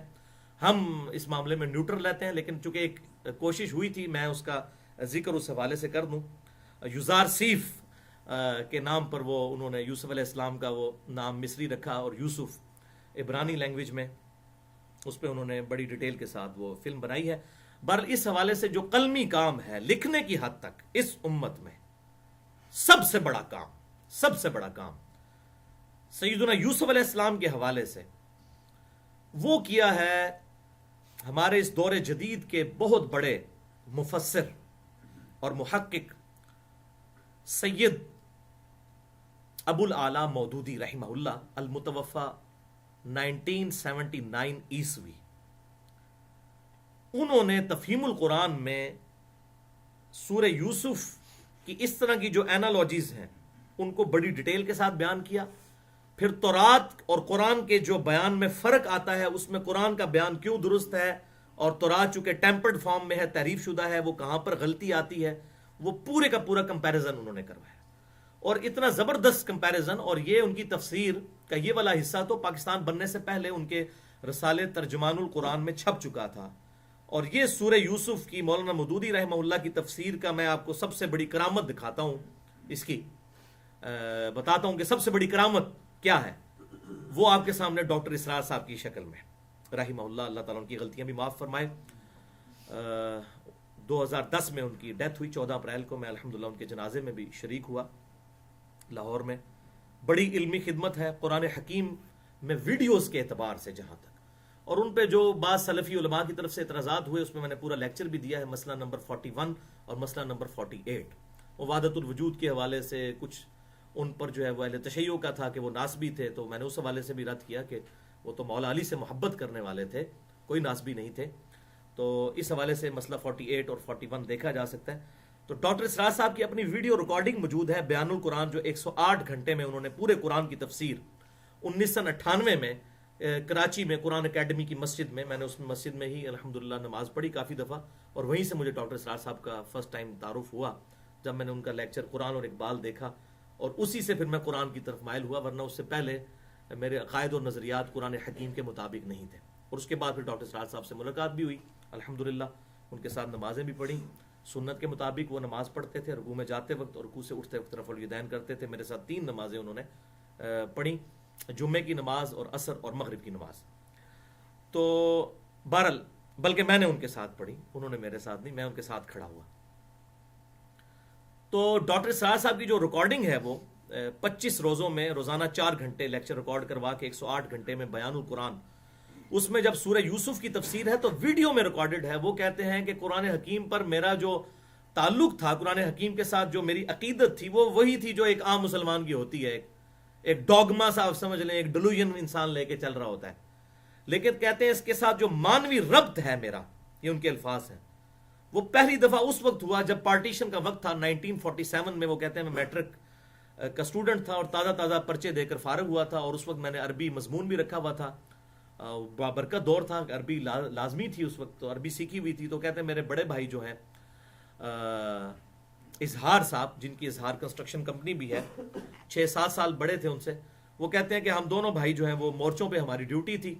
محصور انڈیا کا جو شہر ہے اس میں یہ محصور بھی ہو گئے تھے اور مورچوں پہ ڈیوٹی تھی. کہتے ہیں پورا دن کام کرنے والا کوئی نہیں ہوتا تھا. تو ہم لوگ ان دنوں مولانا مودودی رحمہ اللہ کا رسالہ ترجمان القرآن چھپتا تھا، جس میں تفہیم القرآن ابھی لکھی جا رہی تھی. تو سورہ یوسف کی وہ کہتے ہیں تفسیر اس وقت چھپ رہی تھی. تو میں اور میرا بھائی جو ہے وہ سورہ یوسف کی جو مولانا مودودی رحمہ اللہ کی لکھی ہوئی تفسیر ہے وہ آپس میں ہم مذاکرہ کیا کرتے تھے. تو کہتے ہیں اس کے بعد وہ جو میں نے مولانا مودودی کی تفسیر پڑھی تو میرا دل جو ہے پھر قرآن حکیم کی طرف مائل ہوا، اور میں نے ارادہ کیا کہ میں اپنی زندگی قرآن کے لیے وقف کروں گا. تو میں یہ کہتا ہوں کہ مولانا مودودی رحمہ اللہ کی اور جتنی بڑی کرامتیں ظاہر ہوئیں، ڈاکٹر اسرار صاحب ان کی ون آف دا بگیسٹ کرامت ہے کہ ان کی اس تحریر سے مخاطب ہو کر وہ متاثر ہو کر اسلام کی طرف آئے. یہ جو ڈاکٹر بلال فلپس ہے، اس نے مولانا مودودی کی ایک کتاب انگلش میں پڑھی تھی فائنینشیل سسٹم آف اسلام کے اوپر، تو اسلام کی طرف آئے، جن کی وجہ سے آج ہزاروں کرسچن مسلمان ہو چکے ہیں. مولانا مودودی کا فیض جو ہے وہ پوری دنیا کے اندر، باقی کسی کو اختلاف ہو سکتا ہے ان کے ساتھ کسی بھی معاملے کے اندر، بہرحال ایز فار ایز خلافت اور ملوکیت از کنسرنڈ، تو اس میں تو ہمیں ان سے سوائے جو امام حنیفہ رحمہ اللہ کے بارے میں انہوں نے ایگزیجریشن کی، باقی وہ پوری کتاب جو ہے وہ فٹ ان بیٹھتی ہے ہماری صحیح الاسناد احادیث اور اہل سنت کی تاریخ میں. ان کے دفاع پہ میں نے لیکچر بھی دیا ہے، مسئلہ نمبر 66A اور مسئلہ نمبر 101، صحیح مسئلہ خروج اور فکر حسین حق پرستی کی علامت ہے، مسئلہ نمبر 101. تو اس حوالے سے اس کے علاوہ اگر کسی کو اختلاف ہو سکتا ہے، لیکن کسی کی 1 یا 2 غلطیوں سے وہ 0 سے ملٹیپلائی نہیں ہو سکتا. ٹھیک ہے، آج انٹرنیشنل لیول کے اوپر جہاں پر بھی قرآن کی آواز ہے، واللہ میں علا وجہ بصیرت کہتا ہوں کہ اس کا تانا بانا مولانا مودودی تک جڑتا ہے. یہ ڈاکٹر فرحت ہاشمی جو الہدا انٹرنیشنل کو لے کے چل رہی ہیں، یہ مولانا مودودی کا فیض ہے، کیونکہ ڈاکٹر فرحت ہاشمی کے جو والد تھے وہ سرگودا میں جماعت اسلامی کے امیر تھے. انہوں نے اپنی بیٹی کی تربیت اس حوالے سے کی کیونکہ وہ مولانا مودودی سے امپریس تھے. تو آج قرآن کا فیض چاہے عورتوں میں ہو یا مردوں میں ہو، ڈاکٹر اسرار کی شکل میں ہو یا ڈاکٹر فرحت ہاشمی کی شکل میں ہو، یا ایون ڈاکٹر ذاکر نائک کے اوپر بھی ان کے بہت احسانات ہیں. اس حوالے سے وہ ایک علیحدہ سے ٹاپک ہے. بہرحال غلطیاں اپنی جگہ، غلطی کسی سے بھی ہو سکتی ہے، پیغمبر کے علاوہ کوئی بھی غلطیوں سے معصوم نہیں ہے. صحابہ کرام سے بھی غلطیاں ہوئیں، لیکن اس کی وجہ سے یہ نہیں ہے کہ ان کو وہ 0 سے ملٹیپلائی ہو جائیں گے. ان کے لیے ہم دعائیں مغفرت کرتے ہیں سب کے لیے کہ اللہ تعالیٰ ان کی غلطیوں کو معاف کرے اور ان کو نیک کاموں کا اجر عطا فرمائے الحمدللہ. تو اس حوالے سے مولانا مودودی کی جو تفہیم القرآن ہے وہ اس میں آپ ضرور پڑھیں، سورہ یوسف کی تفسیر. انشاءاللہ ہم عنقریب جو ہے اپنی ویب سائٹ اہل سنت پاک.com پہ اس کو انشاءاللہ تعالیٰ PDF فارم میں تفہیم القرآن کو بھی اپلوڈ کر دیں گے، تفسیر ابن کثیر کو بھی انشاءاللہ اور احسن البیان کو بھی کر دیں گے انشاءاللہ تعالیٰ. بہرحال ویب سائٹ کے حوالے سے میں کچھ اور مزید گفتگو یہاں پر کرنا چاہتا ہوں، اس کے بعد انشاءاللہ ہم سورہ یوسف شروع کرتے ہیں. بھائیو الحمدللہ آج 31 جنوری 2015 کو ہفتے کے دن 10 اور 11 ربیع الثانی 1436 ہجری کی درمیانی رات تک ہماری ویب سائٹ کا کام جو ہے الحمدللہ کافی حد تک مکمل ہو چکا ہے، اور مجھے بڑی اس حوالے سے سیٹسفیکشن ہے کہ اہل سنت پاک.com اہل سنت کا منہج فرقہ نہیں، اور پاک پی کے پاک فار پاکستان بھی ہے اور فرقہ واریت سے بھی پاک ہے. تو اس پہ ہمارا مین کام اس حوالے سے ہو چکا ہے، اور یہ ویب سائٹ بڑی یوزر فرینڈلی ہے. آپ اگر اس کو کھولیں گے تو مین آپ کو اوپر جو مینیو نظر آئے گا وہ بڑا القرآن، الحدیث، اسی طریقے سے آل ریسرچ پیپرز اینڈ بکس اور آل لیکچرز، وہ ایک عام آدمی بھی اس کو سمجھ سکتا ہے. اور پھر ہم نے آسانی کے لیے ساتھ میں آئیکنز بھی بنا دیے ہیں، چاہے اوپر مینیو سے کوئی جانا چاہے وہ بھی جا سکتا ہے. آئیکنز بھی بنے ہوئے ہیں اردو میں بھی اور انگلش میں بھی لکھا ہوا ہے رومن کے اندر، کیونکہ انڈیا میں لوگ جو ہیں وہ ہمارا اردو رسم الخط نہیں پڑھ سکتے، لیکن رومن جو ہے وہاں پہ ٹیکسٹ میسیجنگ کی برکت سے جو ہے وہ ہندی بھی وہ رومن میں لکھی جاتی ہے، یعنی انگلش حروف تہجی میں، جس طرح کہ ہم یہاں پہ اردو میں لکھتے ہیں، تو رومن اس اعتبار سے الحمدللہ بڑی آسانی ہے۔ تو تمام اختلافی مسائل لیکچرز جو ہیں وہ ہماری ویب سائٹ ahlsunnatpak.com پر اپلوڈ ہو چکے ہیں، تمام قرآن کلاسز اپلوڈ ہو چکی ہیں، تمام میرے ریسرچ پیپرز اور امپورٹنٹ بکس جو ہیں وہ اپلوڈ ہو چکی ہیں الحمدللہ، اور ان کے لنکس بھی جو ہیں وہ یوٹیوب سے اور tune.pk چینل سے وہ بھی اس پہ اویلیبل ہیں، اور play.pk کی جو پراکسی ہے اس کو ہم نے ڈیفالٹ کر دیا ہے تاکہ کوئی آدمی پاکستان میں جو کہ یوٹیوب پہ پابندی ہے بدنیتی کی وجہ سے، کیونکہ حق کا پیغام سوشل میڈیا کے ذریعے پہنچ سکتا ہے، ہم جیسے لوگوں کو لوگ چینلز پہ ویسے مجھے آفرز تو بہت کرتے ہیں، لیکن ظاہر ہے وہ اپنی مرضی کی بات کہلوانا چاہتے ہیں، میں تو انکار کر دیتا ہوں کہ بھئی ہم نے تو جو بات کرنی ہے وہ بالکل بعض اوقات ایسی ننگی بات ہوگی کہ وہ بری لگے گی کسی کو، تو سوشل میڈیا ہی ایک ذریعہ ہے لوگوں تک حق بات پہنچانے کا۔ تو play.pk کی جو پراکسی ہے وہ ہم نے بلٹ ان اس میں ڈال دی ہے تاکہ لیکچرز ہیں ڈائریکٹ جو ہیں وہاں سے چل سکیں، اور ساتھ ہی ساتھ الحمدللہ احادیث کی تمام مین کتابیں ہماری ویب سائٹ پہ الحمدللہ اپلوڈ ہو گئی ہیں، انگلش میں بھی اور اردو میں بھی انٹرنیشنل نمبرنگ کے مطابق۔ علماء حرمین بیروت اور دارالسلام کی انٹرنیشنل نمبرنگ، جس کے مطابق پوری دنیا میں عربی کتب اور اب اردو میں بھی کتب شائع ہو رہی ہیں اور انگلش میں بھی سب کے سب، جس کے مطابق مکتبۃ الشامل اور باقی عربی سافٹ ویئر بنتے ہیں۔ یہ جو انٹرنیشنل نمبرنگ ہے اس کو بھی سمجھ لیں، اکثر لوگ مجھے ای میلز کرتے ہیں تو میں اب ان کو کیا سمجھاؤں۔ انٹرنیشنل نمبرنگ کا مطلب یہ نہیں ہے کہ کوئی کسی نے انٹرنیشنل لیول پہ کوئی کتاب لکھ دی ہے۔ اصل میں امام بخاری نے یا امام مسلم نے یا باقی ائمہ نے جو احادیث کی کتابیں لکھی تھی ان میں احادیث کی نمبرنگ نہیں تھی، ایون قرآن پاک میں بھی آیات کی نمبرنگ بعد میں ہوئی ہے۔ آپ اگر وہ سیدنا عثمان غنی رضی اللہ تعالیٰ عنہ کا جو نسخہ ہے جس کے جو امیجز جو ہیں وہ نیٹ پہ اویلیبل ہیں وہ پڑھیں تو اس میں آیات کی نمبرنگ نہیں ہوتی ہے، یہ نمبرنگ بعد میں آسانی کے لیے کی گئی۔ تو بخاری اور مسلم کی نمبرنگ بھی بعد میں ہوئی۔ اب نمبرنگ میں بعض اوقات یہ ہوتا ہے کہ بیچ میں صحابہ کے اقوال بھی آ جاتے ہیں، تو کوئی اس کو نمبر دے دیتا ہے، کوئی اس کو حدیث کے ذیل میں اسی نمبر میں رکھتا ہے۔ بعض اوقات جس طرح صحیح بخاری میں اگر آپ 1390 نمبر حدیث انٹرنیشنل نمبرنگ کے مطابق نکالیں گے تو اس میں 3-4 حدیثیں ایک ہی نمبر پہ آتی ہیں، کیونکہ کچھ اقوال بھی ہیں اس میں تابعین کے۔ تو اس حوالے سے پھر نمبرنگ کا اختلاف شروع ہو گیا، تو اس کو سٹینڈرڈائز کیا بیروت نے۔ بیروت دنیا میں وہ ادارہ ہے جس کے پاس کاپی رائٹس ہیں احادیث کی کتابوں کے اور ایون تصوف کی کتابوں کے، فقہ کی کتابوں کے، وہاں پر کلمی نسخے ہزار سال پرانے موجود ہیں۔ ایون الازہر یونیورسٹی کے لوگ بھی وہاں سے وہ نسخے حاصل کرتے ہیں، کلمی نسخے بخاری اور مسلم کے سینکڑوں سال پرانے موجود ہیں، ان کے پاس کاپی رائٹس ہیں، اور وہاں سے عربی کتب شائع ہوتی ہیں بیروت سے،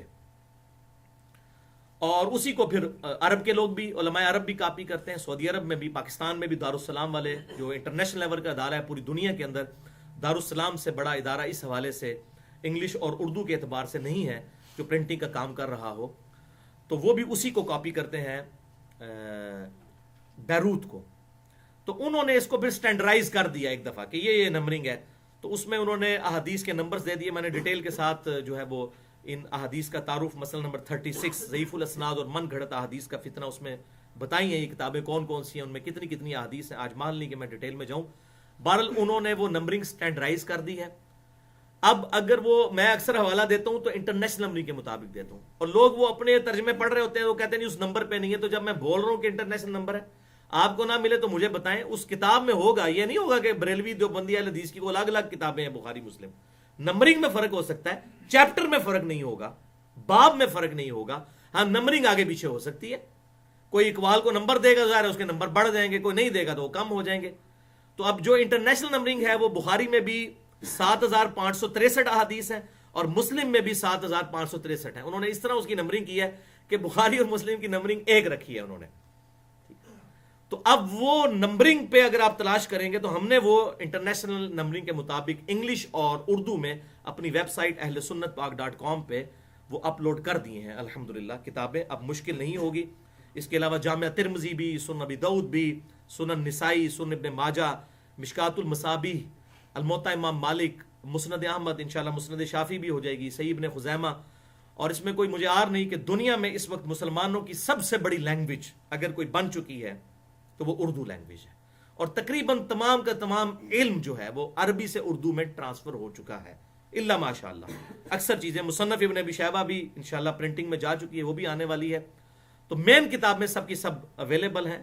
عربی میں جو سافٹ ویئر میں بھی اویلیبل ہیں مکتبۃ الشاملہ, اور اردو میں بھی لاہور کی ایک پارٹی ہے جس نے بڑا زبردست سافٹ ویئر بنایا ہے, ایزی قرآن و حدیث, جس میں کتب ستہ بھی موجود ہیں, مسند احمد, سنن دارمی اور مشکات المصابی بھی موجود ہے, جو اردو میں ہے. اس میں سرچ بھی اردو میں ہو جاتی ہے, جس طرح کہ مکتبۃ الشاملہ میں عربی میں آپ سرچ کر سکتے ہیں. تو بہرحال ہم نے یہ سب کی سب اپلوڈ کر دی ہیں. تو اگر کسی کو اس حوالے سے حدیث نہ ملے تو مجھ سے رابطہ کریں, میں انشاءاللہ اس کو وہ چیپٹر اس کے پاس جو موجود ہوگی اس کا بتا دوں گا انشاءاللہ تعالی. تو قرآن حکیم والا کام اب آخر میں رہ گیا, تو وہ انشاءاللہ تعالی وہ بھی قرآن پاک کے ترجمے ہم تمام مکاتب فکر کے انشاءاللہ, بریلوی, دیوبندی, سلفی یعنی اہل حدیث اور اہل تشیع, اس طریقے سے مولانا مودودی کا ترجمہ اور باقی جتنے بھی بڑے بڑے ترجمے انشاءاللہ سب کے سب وہ ایزی قرآن و حدیث سافٹ ویئر میں موجود ہیں. ہمارے پاس بھی انشاءاللہ پی ڈی ایف فارم میں آ جائیں گے ہماری ویب سائٹ کے اوپر اس حوالے سے انشاءاللہ تعالی. تو بھائیوں, اس حوالے سے میں پرسنلی طور پر ان بھائیوں کا اور ان بہنوں کا شکر گزار ہوں کہ جنہوں نے دعوت و تبلیغ کے حوالے سے ہماری بڑی مدد کی ہے اس پیغام کو پہنچانے کے اعتبار سے, چاہے وہ یوٹیوب کے ذریعے ہو یا فیس بک کے ذریعے ہو یا واٹس ایپ کے ذریعے ہو یا کسی اور میڈیا کے ذریعے, سوشل میڈیا کے ذریعے. اور اس میں بالخصوص ہمارے عثمان بھائی جنہوں نے 2009 کے اندر ہمارا جو یوٹیوب کا چینل بنایا تھا 720085, انہوں نے سب سے پہلے سوشل میڈیا پہ اس حوالے سے میری مدد کی. اللہ تعالیٰ ان کو جزائے خیر عطا فرمائے. اور اس کے بعد ہمارے جو امانت بھائی ہیں, یہ بھی بھائی ریورٹ ہوئے تھے. عثمان بھائی, امانت بھائی بھی اندھا دھند پیروی کا انجام ریسرچ پیپر پڑھ کے ریورٹ ہوئے تھے. انہوں نے اپنی شوق سے, چونکہ ان کا کام یہی تھا, اہل سنت پاک.com ویب سائٹ جو ہے 2011 دسمبر کے اندر انہوں نے اپنے شوق سے بنائی اور اس کو لانچ کیا تھا. اللہ تعالیٰ ان کو بھی جزائے خیر دے. اور اس حوالے سے میں آخر میں پرٹیکولرلی 2 بھائیوں کا ذکر ضرور کروں گا جنہوں نے الحمدللہ سوشل میڈیا پہ اس دعوت حق کو پہنچانے کے اعتبار سے اس کام کو ایپیکس تک پہنچایا ہے. اور اس میں پہلے نمبر پہ میں دعائے خیر کرتا ہوں ہمارے فرحان بھائی کے لیے. فرحان بھائی کھڑے ہو جائیں, اپنی شکل دکھائیں سارے بھائیوں کو, جنہوں نے الحمدللہ اس حوالے سے بہت محنت کی ہے. اور الحمدللہ انہوں نے اہل سنت پاک.com پہ اپنے شوق سے کام کیا, سارے لیکچرز اپلوڈ کر دیے ہیں اہل سنت پاک.com پہ, اور آپ ڈاؤن لوڈ بھی کر سکتے ہیں. آپ کو اس میں سارے آپشن آ جائیں گے, 3GP فارمیٹ میں کرنا ہے, موبائل فارمیٹ میں, آڈیو میں MP3 میں کرنا ہے, یا PC فارمیٹ میں کرنا ہے. سارے فارمیٹ میں آپ ڈاؤن لوڈ ڈائریکٹ کر سکتے ہیں یوٹیوب کے لنک کے بغیر بھی. اس ویب سائٹ کے اوپر یہ سارے کے سارے لیکچرز اور ریسرچ پیپرز اور بکس انہوں نے الحمدللہ اپلوڈ کر دی ہیں. تو یہ پاکستان سے ہمارے فرحان بھائی, ہمارے اپنے جہلم شہر کے, ان کی یہ خدمت ہے. اور ساتھ ہی ساتھ میں ضرور شکر گزار ہوں انڈیا میں بھی ہمارے ایک بھائی ہیں جنہوں نے صحیح جسے کہتے ہیں نا پورے پیشن کے ساتھ, اور ان کی اس پیشن کی وجہ سے اللہ تعالیٰ نے مجھے بھی حوصلہ دیا مزید اس دعوت کے کام کو کرنے کا. اور وہ انڈیا کے دہلی شہر سے, یعنی ان کے کیپٹل سٹی سے, دلی بھی کہتے ہیں اس کو, ہمارے فیصل بھائی ہیں جنہوں نے الحمدللہ, ہمارے فرحان بھائی نے تو ہماری ویب سائٹ کا کام کیا اور یوٹیوب پہ یہ لیکچرز اپلوڈ کرتے ہیں. تو انہوں نے دوسری جو فیز ہے, یعنی کہ فیس بک کے حوالے سے اور واٹس ایپ کے حوالے سے ان کی بڑی خدمات ہیں. الحمدللہ وہ بھی اکاؤنٹ چلا رہے ہیں میرے نام پر, انجینئر محمد علی مرزا کے نام پر. جس طرح کہ یوٹیوب کا چینل ہمارے فرحان بھائی اس پہ لیکچرز اپلوڈ کرتے ہیں, تو انہوں نے فیس بک پہ جو اکاؤنٹ بنایا اور اس پیج کو وہ الحمدللہ رن کرتے ہیں. تو اس میں یہ بات کروں گا کہ یہ دیکھیں ریلیجن کی برکت ہے, اسلام کی, کہ کوئی دلی میں بیٹھا ہے انڈیا میں اور کوئی اسلام آباد میں ہے, تو دونوں کے دل ایک ہیں. یہ اسلام کی برکت ہے نا جی. مسلمان دنیا میں جہاں کہیں بھی ہے اس کا دل اکٹھا دھڑکتا ہے. تو ہم یہ دعا کرتے ہیں کہ انڈیا اور پاکستان بھی اس حوالے سے اکٹھے ہو جائیں اور امن کی آشا اس حوالے سے چلے کہ ہم لوگ اپنے غریب عوام کی طرف زیادہ توجہ دیں بجائے لڑائی جھگڑا کرنے کے. جس طرح مسلمانوں کے دل اکٹھے ہیں, اور اسلام آباد ظاہر ہے, میں چونکہ 15 سال سے اسلام آباد میں ہوں, اسلام آباد بھی میرا شہر ہے اور نیٹو سٹی تو جہلم ہے. تو یہ الحمدللہ فیس بک کا ایڈریس ہو یا واٹس ایپ کی ویڈیوز یہ فیصل بھائی چلاتے ہیں, اللہ تعالیٰ ان کو جزائے خیر دے. اور اس کے علاوہ سینکڑوں لوگ, جتنے بھی پوری دنیا میں ہزاروں لوگ ہیں, اور مجھے بڑی تسلیاں ای میلز کے ذریعے دیتے ہیں کہ جی ہم تو اتنے لوگوں کو یہ کام کرتے ہیں. ایون مطلب وہ ان لیکچرز کو تیار کر کے ان میں سے آگے بھی لیکچرز ڈلیور کرتے ہیں. بعض لوگ اسی کی ویڈیوز دکھاتے ہیں مختلف جگہوں کے اوپر، سب کے لیے میں وہ دعا کرتا ہوں جو امام کائنات سید الاولین والآخرین شفیع المذنبین رحمت للعالمین سیدنا و مولانا امام اعظم محمد رسول اللہ صلی اللہ علیہ وسلم کی محبوب ترین دعا ہے، صحیح بخاری اور مسلم کی متفق علیہ حدیث ہے، اور یہ دعا قرآن میں بھی آئی سورۃ البقرہ کے اندر، بخاری اور مسلم کی متفق علیہ حدیث ہے، صحیح بخاری میں 6399، صحیح مسلم میں 6840۔ انس ابن مالک کا بیان ہے کہ رسول اللہ صلی اللہ علیہ وسلم کوئی اور دعا کریں یا نہ کریں، آپ صلی اللہ علیہ وسلم کی اکثر دعا یہی ہوا کرتی تھی، اللہم ربنا آتنا فی الدنیا حسنہ وفی الآخرۃ حسنۃ وقنا عذاب النار، اے اللہ، اے ہمارے رب، ہمیں اس دنیا میں بھی بھلائیاں عطا فرما اور آخرت میں بھی بھلائیاں عطا فرما، اور سب سے بڑی آخرت کی بھلائی کیا، وقنا عذاب النار، دوزخ کے عذاب سے ہمیں بچا لے، آمین۔ اللہ تعالیٰ اس دعا کو ہم سب بھائیوں کے حق میں اور جو لوگ بھی دعوت کا کام کر رہے ہیں ان کے حق میں قبول و منظور فرمائے۔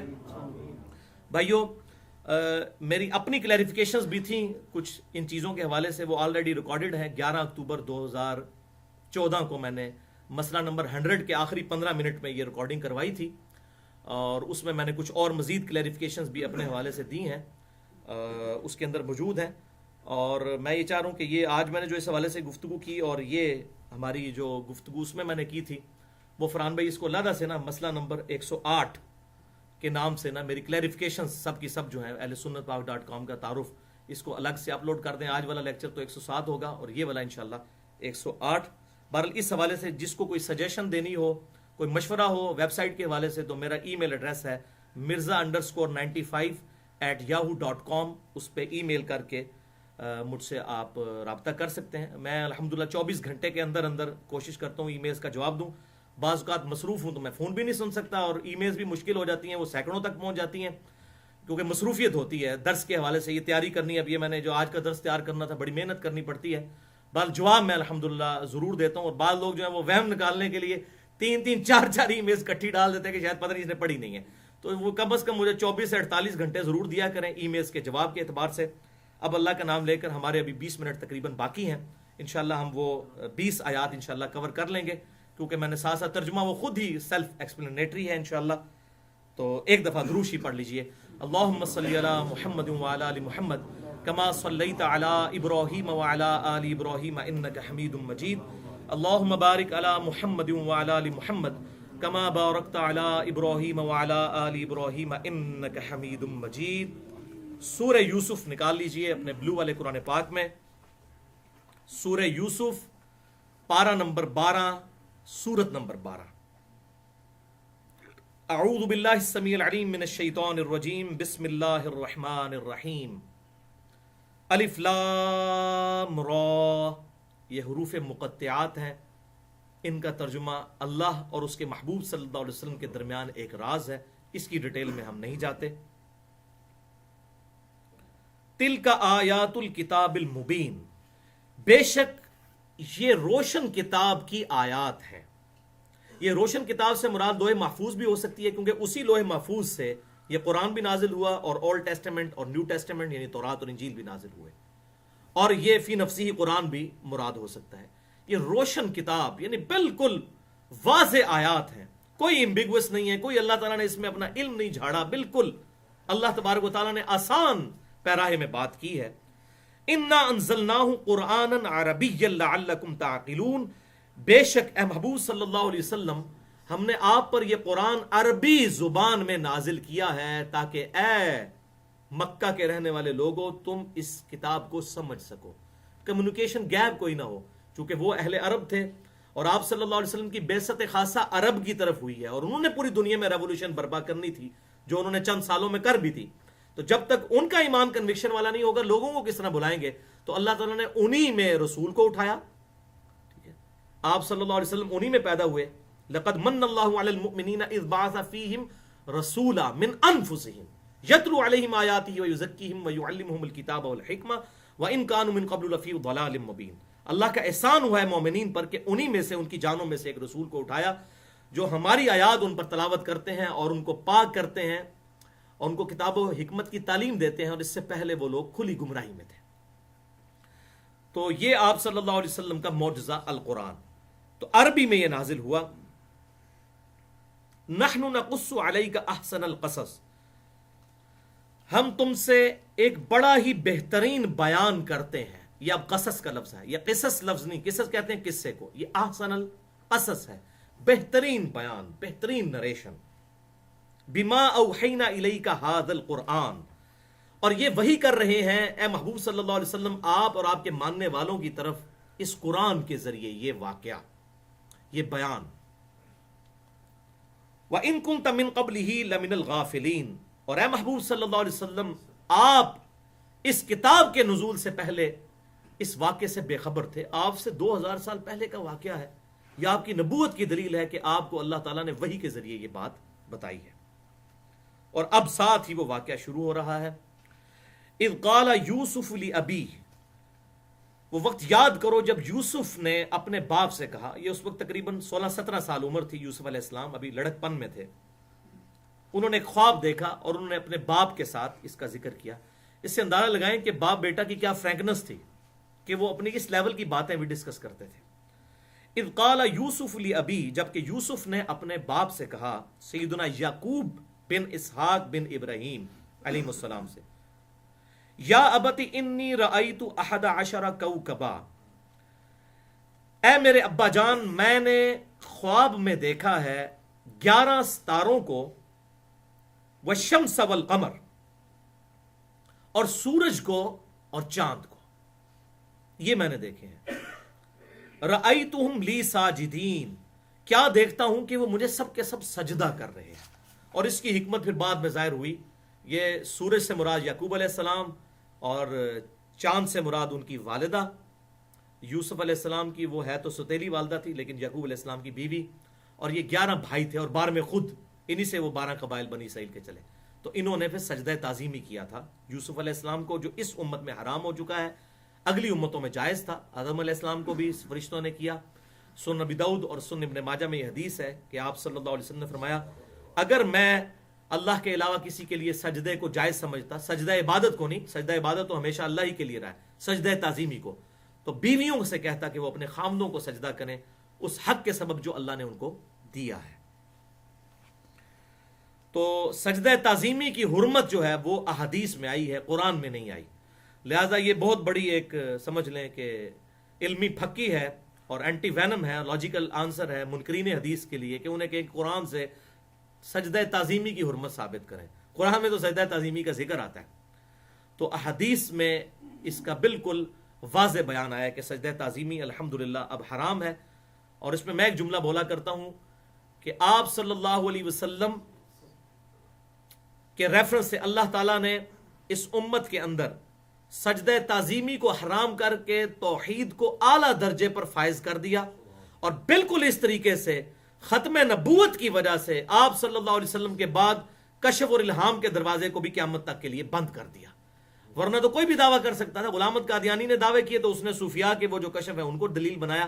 تو اس میں نے ڈیٹیل سے گفتگو کی ہے. مسئلہ نمبر 6B، کشف اور الہام سے متعلق فرقہ وارانہ نظریات کا تحقیقی جائزہ. ختم نبوت کی وجہ سے کشف اور الہام قیامت تک کے لیے ختم، اور اسی طریقے سے توحید کامل ہوئی ہے، سجدہ تعظیمی بھی حرام ہو گیا ہے اس امت کے لیے الحمدللہ. تو ابا جان میں دیکھتا ہوں کہ وہ 11 ستارے جو ہیں اور سورج اور چاند مجھے سجدہ کر رہے ہیں. قال یا بنی لا تقصص رؤیاک علی اخوتک، تو وہ بڑے سمجھدار تھے یوسف علیہ السلام کے والد محترم یعقوب علیہ السلام. وہ سمجھ گئے کہ میرا یہ بیٹا ہے ان 12 بیٹوں میں سے جس کو اللہ تعالیٰ نے اب چن لیا ہے اور نبوت کا تاج اس کے سر پر سجانا ہے، اور یہاں سے پھر بنی اسرائیل کا یہ معاملہ آگے چلنا ہے. یہ ہے وہ میرا بیٹا. تو کہا کہ اے بیٹا اس خواب کا ذکر اپنے بھائیوں سے مت کرنا. لا تقصص رؤیاک علی اخوتک فیکیدوا لک کیدا، وہ تیرے خلاف کوئی نہ کوئی سازش ضرور کریں گے. وہ بھی بڑے سیانے سن تو وہ حسد کریں گے، کیونکہ حسد کی آگ تو بھڑک سکتی ہے. اب یہ نبی کے بیٹے ہیں، صحابی ہیں، ظاہر ہے وہ نبی کے بیٹے ہیں، ان پر ایمان لانے والے ہیں، صحابی بھی ہیں اور بیٹے بھی ہیں. تو غلطی تو کسی سے بھی ہو سکتی ہے، اس کے ساتھ معاملہ تو کسی کے ساتھ بھی ہو سکتا ہے. تو یہ کوئی معاذ اللہ صحابہ کی توہین نہیں ہو گئی ہے. اور جہاں ہم کوئی واقعات بیان کرتے ہیں صحابہ کے گستاخ، تو یہ گستاخی نہیں ہوئی ہے کہ ان کے بارے میں یہ بات ہوئی ہے. ہاں اس کے بعد لام تان کرنا وہ حرام ہے، بیان کرنا کوئی حرام نہیں ہے. ان الشیطان للانسان عدو مبین، بے شک شیطان تو ہے ہی انسان کا کھلا دشمن. ظاہر انسان کو شیطان ورگلائے گا. تو تیرے بھائی جو ہیں اگرچہ نبی کے بیٹے ہیں, میرے صحابہ ہیں, لیکن شیطان تو ان پہ حاوی ہو جائے گا اور وہ تیرے خلاف کوئی چال چلیں گے. اے یوسف, وَكَذَلِكَ يَجْتَبِيكَ رَبُّكَ وَيُعَلِّمُكَ مِن تَأْوِيلِ الْأَحَادِيثِ, اور اس طریقے سے اللہ تعالیٰ تجھے چن لے گا اے یوسف, اور تجھے سکھا دے گا باتوں کی گہرائی کا علم. تأویل الاحادیث, اس سے مراد صرف خوابوں کی تعبیر نہیں ہے, اس سے مراد ہے باتوں کی گہرائی میں اترنا. تعویل, تعبیر کا لفظ ہی نہیں استعمال ہوا, حالانکہ تعبیر بھی عربی کا لفظ ہے. اس میں تعویل, باتوں کی گہرائی کا علم, یعنی حکمت عطا فرمائے گا. وَيُتِمُّ نِعْمَتَهُ عَلَيْكَ, اور تجھ پر اپنی نعمت کو تمام کرے گا. وَعَلَىٰ آلِ یعقوب, اور یعقوب پر, یعقوب کی اولاد پر, یعنی میری اولاد پر, یعنی تجھے اللہ تعالیٰ نے میری اولاد میں سے ان 12 بیٹوں میں سے چن لیا ہے. کما اتمہا علی ابویک, جس طرح کہ اس نے اپنی نعمت تمام کی تھی تیرے آبا و اجداد پر, من قبل, اس سے پہلے, ابراہیم پر, ابراہیم و اسحاق, اور اسحاق پر.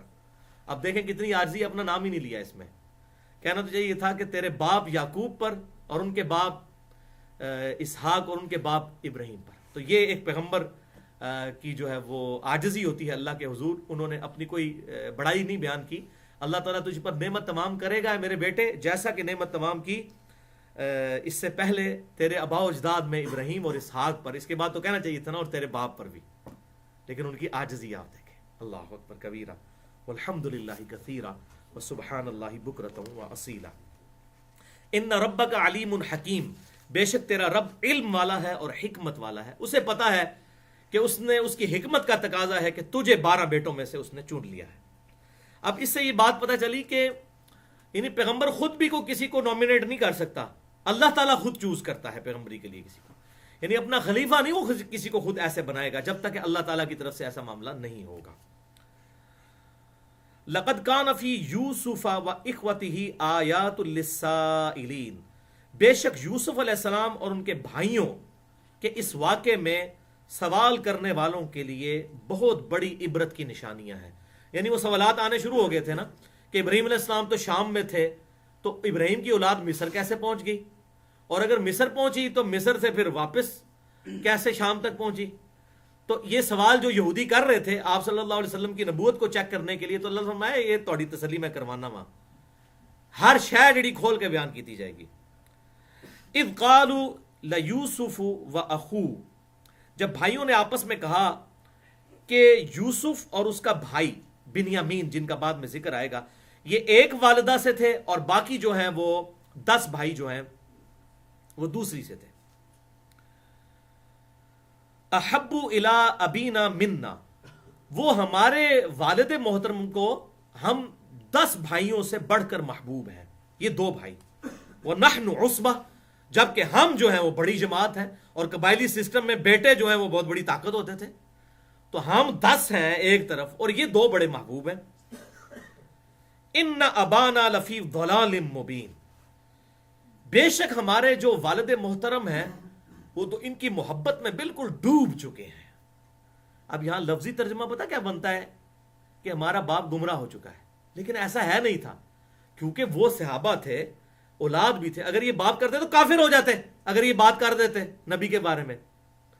تو اس آیت کے تحت امام احمد بریلوی صاحب کا جو ترجمہ ہے وَوَجَدَكَ ضَالًّا فَهَدَىٰ, وہ بالکل پرفیکٹ ہے. وہاں پر کئی لوگوں نے یہ ترجمہ کیا ہے نبی تمہیں گمراہ پایا تو ہدایت کی.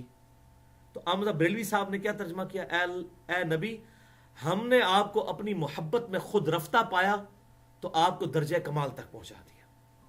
تو لوگ کہتے ہیں یہ ضال کا ترجمہ احمد بریلوی صاحب نے گمراہ نہیں کیا, یہ تو لفظی ترجمہ گمراہ ہے. تو یہاں کریں نا ترجمہ گمراہ, تو سب سے پہلے تو یہ صحابہ کافر ہو جائیں گے, ان کے 10 بیٹے. اور آپ ذرا خود بھی سوچیں, اپنے باپ کی محبت کے لیے وہ کوشش کر رہے ہیں, تو یہ کہیں گے ہمارا باپ تو بڑا گمراہ ہو گیا ہوا ہے. یہ بنے گا کہ ہمارا باپ ان کی محبت میں ڈوب چکا ہے. ان ابانا لفی ضلال مبین. اب وہاں پر بھی آ جائے ہمارے محبوب صلی اللہ علیہ وسلم کے لیے وَوَجَدَكَ ضَالًّا فَهَدَىٰ, اے محبوب صلی اللہ علیہ وسلم ہم نے آپ کو اپنی محبت میں خود رفتہ پایا, آپ غار حرا میں ہمارے لیے جا کر بیٹھے, تو ہم نے آپ کو درجہ کمال تک پہنچا دیا اس کتاب کے ذریعے.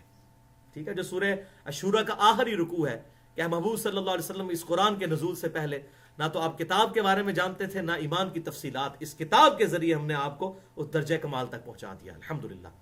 بہرحال اس حوالے سے میری ڈیٹیل گفتگو بھی ہے. مسئلہ نمبر 88A اور 88B، عصمت انبیاء کرام علیہ السلام پر شبہات کا، اس عقیدے پر شبہات کا تحقیقی جائزہ تقریباً 3.5 گھنٹے کی. وہ سن سکتے ہیں کہ نبی جو ہے وہ اللہ کی حفاظت میں ہوتا ہے، اس پہ کبھی گمراہی نہیں آتی. اور پھر سورہ النجم میں نہیں آیا ما ضل صاحبکم وما غوا، تمہارے نبی نہ کبھی بہکے ہیں اور نہ کبھی بے راہ چلے، وہاں بھی آیا ضل. تو یہ ضلال کا میں نے یہ ادھار تھا بڑے عرصے سے، میں سوچ رہا تھا کہیں پر یہ ضال کا ترجمہ کروں گا، حالانکہ یہ سورہ فاتحہ میں بھی آتا ہے غیر المغضوب علیہم ولا الضالین. وہاں ہم کیا ترجمہ کرتے ہیں؟ اللہ جن پر تیرا غضب ہوا اور جو گمراہ ہیں ان کے راستے پر نہ چلانا. لیکن جب نبی کے ریفرنس سے یہ بات آئے گی تو یہاں گمراہ نہیں ہوگا، یہاں ہوگا محبت میں ڈوب جانا آخری درجے میں. لیکن ظاہر ہے کہ نبی گمراہ نہیں ہوتا، وہ دیوانہ نہیں ہوتا، وہ مجذوب نہیں ہوتا، وہ اللہ کی حفاظت میں ہوتا ہے، وہ سکر میں نہیں جاتا، وہ صاحب میں نہیں جاتا. جیسا کہ صوفیاء کے باطل عقائد ہیں اس حوالے سے، جو میں نے مسئلہ نمبر 71B میں کشف المحجوب کے حوالے سے، انہوں نے پکڑ کر داؤد علیہ السلام کو صحف میں ثابت کیا اور حضور صلی اللہ علیہ وسلم کو سکر میں، اور آپ صلی اللہ علیہ وسلم کا معاذ اللہ زید ابن حارثہ کی بیوی سیدہ زینب کے ساتھ جو ہے وہ ایک سکینڈل بھی لکھ دیا معاذ اللہ استغفر اللہ کشف المحجوب میں والعیاذ باللہ تعالی. مسئلہ نمبر 71B میں نے انڈیا اور پاکستان کے بزرگوں کی 19 گستاخانہ عبارات کا تحقیقی جائزہ اس میں بیان کیا ہے. تو ہمارے والد محترم جو ہیں وہ کھلی غلطی کے شکار ہیں. اقتلوا یوسف، قتل کر دو یوسف کو. یہ بھائی ہیں جناب، باپ کی محبت کے لیے قتل کر رہے ہیں. اوتراحوہ ارضا، یا ان کو کسی دور سرزمین میں پھینکاؤ، یعنی باپ کی نظر سے دور کر دو تاکہ ان کی توجہ ہماری طرف ہو جائے. یخلو لکم وجہ ابیکم، تاکہ تمہارے باپ کی مکمل توجہ تمہاری طرف ہو جائے. وتکونوا من بعدہ قوما صالحین، اور جب یہ ہم غلطی کر بیٹھیں گے گناہ، اس کے بعد پھر ہم نیک بن جائیں گے. دیکھیں وہی مینٹیلٹی، یعنی توبہ کی امید پر گناہ کرنا. پہلے ایک کام پا لو پھر توبہ کر لیں گے. اب یہاں تو نہیں اللہ میں ہاں توبہ قبول ہو جائے گی اس طریقے سے کرنے سے، نہیں. توبہ کی امید پر گناہ کرنا بہت بڑی بغاوت ہے، جو میں نے پچھلی دفعہ بتایا مسئلہ نمبر 106 کے اندر. لیکن ایک شریف النفس بھائی بھی تھا ان میں سے، لاوی جس کا نام تھا، سب سے بڑا بھائی تھا یہودا. اس نے نہیں کہا، وہ تو بڑا بغض میں بھرا ہوا تھا.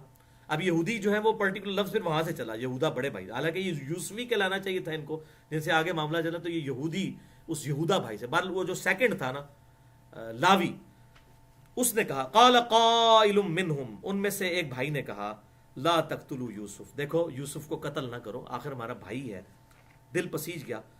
والقوہ فی غیابت الجب، اس کو کسی گہرے تاریک کنویں میں چھوڑ دو، ایسا کنواں جو پانی بھرنے کے لیے استعمال ہوتا تھا اس زمانے میں بھی اور ابھی تک استعمال ہوتا رہے ہیں. یہ ہمارے جو جیلم شہر میں قلعہ روتاس ہے، اس میں جو وہ شیر شاہ سوری نے اتنا بڑا کنواں جس میں ہاتھی بھی سیڑھیوں سے اتر کے سائڈ سے اور راستہ بنا ہوا ہے پانی پیتے تھے، تو اس وقت بھی اس طریقے سے کافروں کے لیے راستوں میں کنویں کھودے جاتے تھے جن میں پانی ہوتا تھا، اوپر سے ڈور لٹکا کے، تو ان میں نیچے تاکچے بھی بنے ہوتے تھے. تو اس تاکچے میں کسی میں بٹھا دو تو اس کو یلتقطہ بعض سیارہ، تو اسے کوئی یہاں سے جو سیارہ کوئی گروہ گزر رہا ہوگا، کوئی راہ چلتا مسافر، وہ اٹھا لے گا. یہ سیارہ ہم جو ہے وہ لفظ بھی استعمال کرتے ہیں، عربی کا لفظ ہے یہ، تو سفر کے لیے استعمال ہوتا ہے. یہ سفر کی جو چیزیں ہیں، گاڑی کے لیے لفظ استعمال ہوتا ہے. ان کنت فاعلین، اگر تم نے کچھ کرنا ہی ہے تو تم جو ہو اس کو وہاں پر ڈال دو اس کنویں کے اندر، کوئی آئے گا پانی بھرنے کے بہانے تو لے جائے گا. قالوا یا ابانا، اب یہ انہوں نے جناب پوری پلاننگ کر لی. اب جناب اس پلاننگ کو عملی جامہ پہنچانے کے لیے وہ سب کے سب جو ہے وہ میسنے سے بن کے اپنے باپ کے پاس آئے، یعقوب علیہ السلام کے پاس، اور کہا یا ابانا، اے ہمارے ابا جان، ما لک لا تأمن علی یوسف، کیا بات ہے کہ آپ یوسف کے بارے میں ہم پر اعتبار ہی نہیں کرتے. وَإِنَّا لَهُ لَنَاصِحُونَ، بے شک ہم تو اس کے بڑے سچے خیر خواہ ہیں. یعنی آپ یوسف علیہ السلام کو ہمارے، ہم جاتے ہیں جا کر کھیتی باڑی کرتے ہیں، باہر بیابانوں میں گھومتے ہیں، کھیلتے ہیں، کھاتے پیتے ہیں، لیکن آپ یوسف کو ہمارے ساتھ نہیں بھیجتے. کیا بات ہے، ہم تو حالانکہ اس کے بڑے جو ہیں وہ طرفدار ہیں. ارسلہ معنا غدن، آپ اس طرح کیجئے کل یوسف کو ہمارے ساتھ بھیج دیجئے. یرتع و یلعب، تاکہ وہ ہمارے ساتھ کھائے پیے گا بھی اور کھیلے کودے گا بھی. تھوڑی آؤٹنگ ہو جائے گی اس کی، پکنک منا لیں گے، کھائے پیئیں گے اور کھیلیں گے بھی. اس سے مطلب اس سے یہ قرآن سے یہ ثابت ہوا کہ پکنک منانا کوئی گناہ نہیں ہے. مولویوں کو جو حیضہ ہو جاتا ہے نا، یہ نبی جو ہے وہ پکنک کے لیے اپنے بیٹے کو بھیج رہا ہے باہر. پکنک نہیں ہے، لیکن وہ پکنک میں بے حیائی کا طوفان بدتمیزی نہیں ہونا چاہیے. ویسے کہیں جائیں دوسرے علاقے میں، ناردرن ایریاز میں جائیں، جیسے ہمارے کراچی کے لوگ پنجاب میں مری میں آتے ہیں تو اس میں، یا اس طریقے سے KPK میں جاتے ہیں، اسکردو میں، سوات میں، کاغان ناران، تو اس میں کوئی حرج نہیں ہے، لیکن بے حیائی نہ ہو. اس حوالے سے ضرور غور و تفکر کرنا چاہیے. وَإِنَّا لَهُ لَحَافِظُونَ، اور ہم، آپ فکر نہ کیجیے، ہم بڑی حفاظت کریں گے اس کی. جب یہ اس طرح کی جو باتیں کر رہا ہوتا ہے نا، وہ پہلے ہی ڈاؤٹ فل اپنے آپ کو کر لیتا ہے. آپ پتہ نا گھر میں کوئی نقصان کرے نا، تو وہ اگر کوئی والد آ کے پوچھے نا یہ نقصان کس نے کیا، تو جس نے وہ نقصان کیا ہوتا ہے سب سے پہلے بولتا ہے جی ابا جی میں نہیں یہ تھا. تو یہ وہ یقین دلانے کے لیے نا، تو انہوں نے کہا جی ہم بڑی حفاظت کریں گے، ہم بڑے خیر خواہ ہیں، آپ بے فکر ہیں، ٹینشن نہیں لینی ہے باجی، کوئی مسئلہ نہیں. دیکھو اسی 10 بھراواں حفاظت کریں گے. قال انی لیحزننی ان تذهبوا، تو انہوں نے کہا کہ مجھے یہ غم کھایا جا رہا ہے. یعقوب علیہ السلام نے اپنے بیٹوں سے کہا کہ تم اسے لے جاؤ بھی اپنے ساتھ. وَأَخَافُ أَن يَأْكُلَهُ الذِّئْبُ، اور کہیں ایسا نہ ہو کہ کوئی بھیڑیا اسے کھا جائے. ظاہر ہے کہ وہ لے کے جاتے تھے اپنے مویشیوں کے پورے ریورڈز کو، بکریوں کو، اس میں بھیڑیے بھی حملہ کرتے تھے ظاہر ہے خوراک حاصل کرنے کے لیے. تو یہ چھوٹا بچہ ہے، اس پہ بھیڑیا کوئی حملہ نہ کرتے. اس سے بات پتہ چلی کہ بہت ہی چھوٹے تھے وہ، تو اسے کوئی بھیڑیا نہ کھا جائے. وَأَنْتُمْ عَنْهُ غَافِلُونَ، اور تم اس وقت اپنے سیر و تفریح میں غافل ہوئے ہو، پتہ ہی نہ چلے چھوٹے پرانوں جناب نقصان ہو جائے. تو اس لیے میں تمہارے ساتھ اسے بھیجنا نہیں چاہتا. اب انہوں نے مزید یقین دلایا. قالوا لئن اکلہ الذئب، وہ کہنے لگے ابا جان بالفرض اگر ہمارے بھائی کو بھیڑیا کھا جائے، او بھی اسی 10 بھرا تے ساڑے پرانوں جڑا ہے کوئی بھیڑیا ہاتھ لا جائے، ونحن عصبہ، اور ہم اتنی بڑی جماعت ہے، انا اذا لخاسرون، تو پھر تو ہم بڑے ہی خسارے میں رہ گئے. یعنی اسی تے پھر بالکل زیرو ہاں، اسی تے پھر کدھر تے جوان ہوئے اسی. ٹھیک ہے جی، اسی بالکل نکھٹو ہوئے کہ 10 بھرا ہو بھی ہے، 10 بھائی ہوں ہم، اور ہمارے بھائی کو بھیڑیا کھا جائے اور ہم وہ ایک بھائی کو نہ چھڑوا سکے. اب اتنی انہوں نے تسلی جب دلائی تو فلما ذهبوا به، پس جب وہ اسے پورا اصرار کر کے اپنے ساتھ لے گئے، وَأَجْمَعُوا، اور سب نے یہ طے کر لیا، جمع ہو گئے، اَن يَجْعَلُوا فِي غَيَابَةِ الْجُبِّ، کہ اس کو تاریک کنویں میں اتار دیں، یعنی وہ پانی کے لیے جو اس وقت کنویں بنائے جاتے تھے. وَأَوْحَيْنَا إِلَيْهِ، اب دیکھیں اتنا چھوٹا بچہ ہو، بعض روایتوں میں آتا ہے 10-12 سال کے تھے، زیادہ سے زیادہ مجھے جو عمر ملی ہے وہ 17 سال ہے. 17 سال بھی کوئی اتنی عمر تو نہیں ہوتی ہے. اس طرح بھائی کر دیں بندہ تو مطلب کانفیڈنس لوز کر جاتا ہے. اور تاریک کنویں میں مطلب 17 سال کا کسی بڑے آدمی کو بھی ڈال دیں، رات پوری اس کو پتہ چلے مجھے یہاں اندھیرے میں گزارنی ہے، تو اللہ تعالیٰ نے اس وقت پھر ڈھارس بندھائی. پیغمبر کا ایمان جو ہے وہ کنوکشن والا اللہ تعالیٰ شروع سے بناتا ہے. وَأَوْحَيْنَا إِلَيْهِ، کیا وہ جناب لمحات تھے یوسف علیہ السلام کے. اس لمحے پر انسان پوری زندگی جو ہے وہ، اس کے بدلے یہ لمحہ انسان کو مل جاتا کہ رب کی طرف سے ایسا پیغام آئے. تو اللہ تعالیٰ فرماتا ہے اس حالت میں جب انہوں نے اس کو کنویں میں، اکیلا تاریک کنویں میں، بالکل ظاہر اندر تو اندھیرا، وَأَوْحَيْنَا إِلَيْهِ، ہم نے اس کی طرف وحی کی، لَتُنَبِّئَنَّهُمْ بِأَمْرِهِمْ هَذَا، ایک وقت آئے گا یوسف یہ جو کچھ تمہارے ساتھ کر رہے ہیں تم یہ سارے معاملات کی خبر انہیں دے دو گے اور جتاؤ گے کہ انہوں نے تمہارے ساتھ زیادتی کی تھی. وَهُمْ لَا يَشْعُرُونَ، اور اس وقت ان کو خبر بھی نہیں ہوگی کہ ہم تمہیں کتنے اونچے مرتبے پر فائز کر چکے ہوئے ہوں گے. ایسا وقت آئے گا تم مصر کے بے تاج بادشاہ بن چکے ہوگے، اور یہ فقیروں کی حیثیت سے یہی بھائی جو ہیں تم سے گندم کے چند دانے حاصل کرنے کے لیے آئیں گے، اور پھر تم انہیں خبر بھی دے دو گے. اب یہ وہ وہی تھی اسی وقت اس کنویں میں آئی جس کی وجہ سے یوسف علیہ السلام اب کانفیڈنٹ ہو گئے. جب اللہ ذات ہے، حسبنا اللہ ونعم الوکیل، ہم نے اللہ ہی پر بھروسہ کیا اور وہی بہترین کارساز ہے. یہ دعا ہے جو قرآن حکیم میں ہمارے محبوب صلی اللہ علیہ وسلم کے ریفرنس سے سورہ آل عمران میں آئی، اور بخاری میں حدیث ہے کہ ابراہیم علیہ السلام کو جب آگ میں ڈالنے لگے تھے اس وقت انہوں نے کہا تھا حسبنا اللہ ونعم الوکیل. اسی لیے ہم نے اپنے اذکار والے کارڈ میں، بلو کارڈ میں یہ ڈالا ہوا ہے ذکر. تو بہرحال آپ دیکھیں انہوں نے اس وقت پھر ظاہر ان کی تسلی ہو گئی الحمدللہ، نبی کا ایمان جو ہے وہ پھر مضبوط. وَهُمْ لَا يَشْعُرُونَ، اور انہیں شعور بھی نہیں ہوگا. وَجَاءُوا أَبَاهُمْ، اور پھر وہ آئے اپنے باپ کے پاس. عشاء یبکون، عشاء کے وقت، رات کے وقت، اور روتے ہوئے، آہو بکا کرتے ہوئے، یعنی وہ ظاہر ہے وہ ایکٹنگ کر رہے تھے، چیخیں مارتے ہوئے آئے. قالوا یا ابانا، کہنے لگے ہائے ابا جی، انا ذهبنا نستبق وترکنا یوسف عند متاعنا، کہ ہم آپس میں ذرا دوڑ لگا رہے تھے کہ کون آگے نکلتا ہے، یعنی ہمارے وہ رننگ کے آپس میں کمپٹیشن جاری تھا، اور یوسف علیہ السلام کو ہم نے اپنے بھائی کو اپنے سامان کے پاس چھوڑا. فاکلہ الذئب، لیکن ہائے افسوس اسے آ کر بھیڑیا کھا گیا. وما انت بمؤمن، اور ابا جان ہمیں پتہ ہے کہ آپ ہماری بات کا یقین نہیں کریں گے. یقین کی تو کرن شکل تو پتہ لگ جاتا ہے، اور نبی تو ہوندہ ہی بڑا سیانا ہے. بمؤمن لنا، آپ ہمیں یقین نہیں کریں گے ہماری بات کا. ولو کننا صادقین، ہم چاہے کتنے ہی سچے ہوں، آپ نے نہیں ہمیں سچا ماننا. یعنی اب وہ ظاہر ہے یہ بات جب وہ کر رہے ہوں گے تو اسی سے ہی پتہ چل جائے گا کہ وہ کیا کر رہے ہیں، کیا کر کے آئے ہیں. وجاءوا علی قمیصہ بدم کذب، اور وہ یوسف علیہ السلام کی جو قمیض ہے اس میں جھوٹا خون لگا کر، بدم کذب، جھوٹا خون لگا کر لے بھی آئے کہ جی یہ قمیض دیکھیں، یہ اس پہ خون کے نشان ہے. لیکن چور اپنی لنگوٹی چھوڑ کے بھاگتا ہے، تو وہ قمیض پھٹی ہوئی کوئی نہیں تھی جو ہمیں روایات سے پتہ چلتا ہے. تو ظاہر ہے کہ وہ کون سا سیانا بھیڑیا تھا کہ وہ جو کھا بھی گیا، اور وہ قمیض ادھر کی ادھر ہی تھی.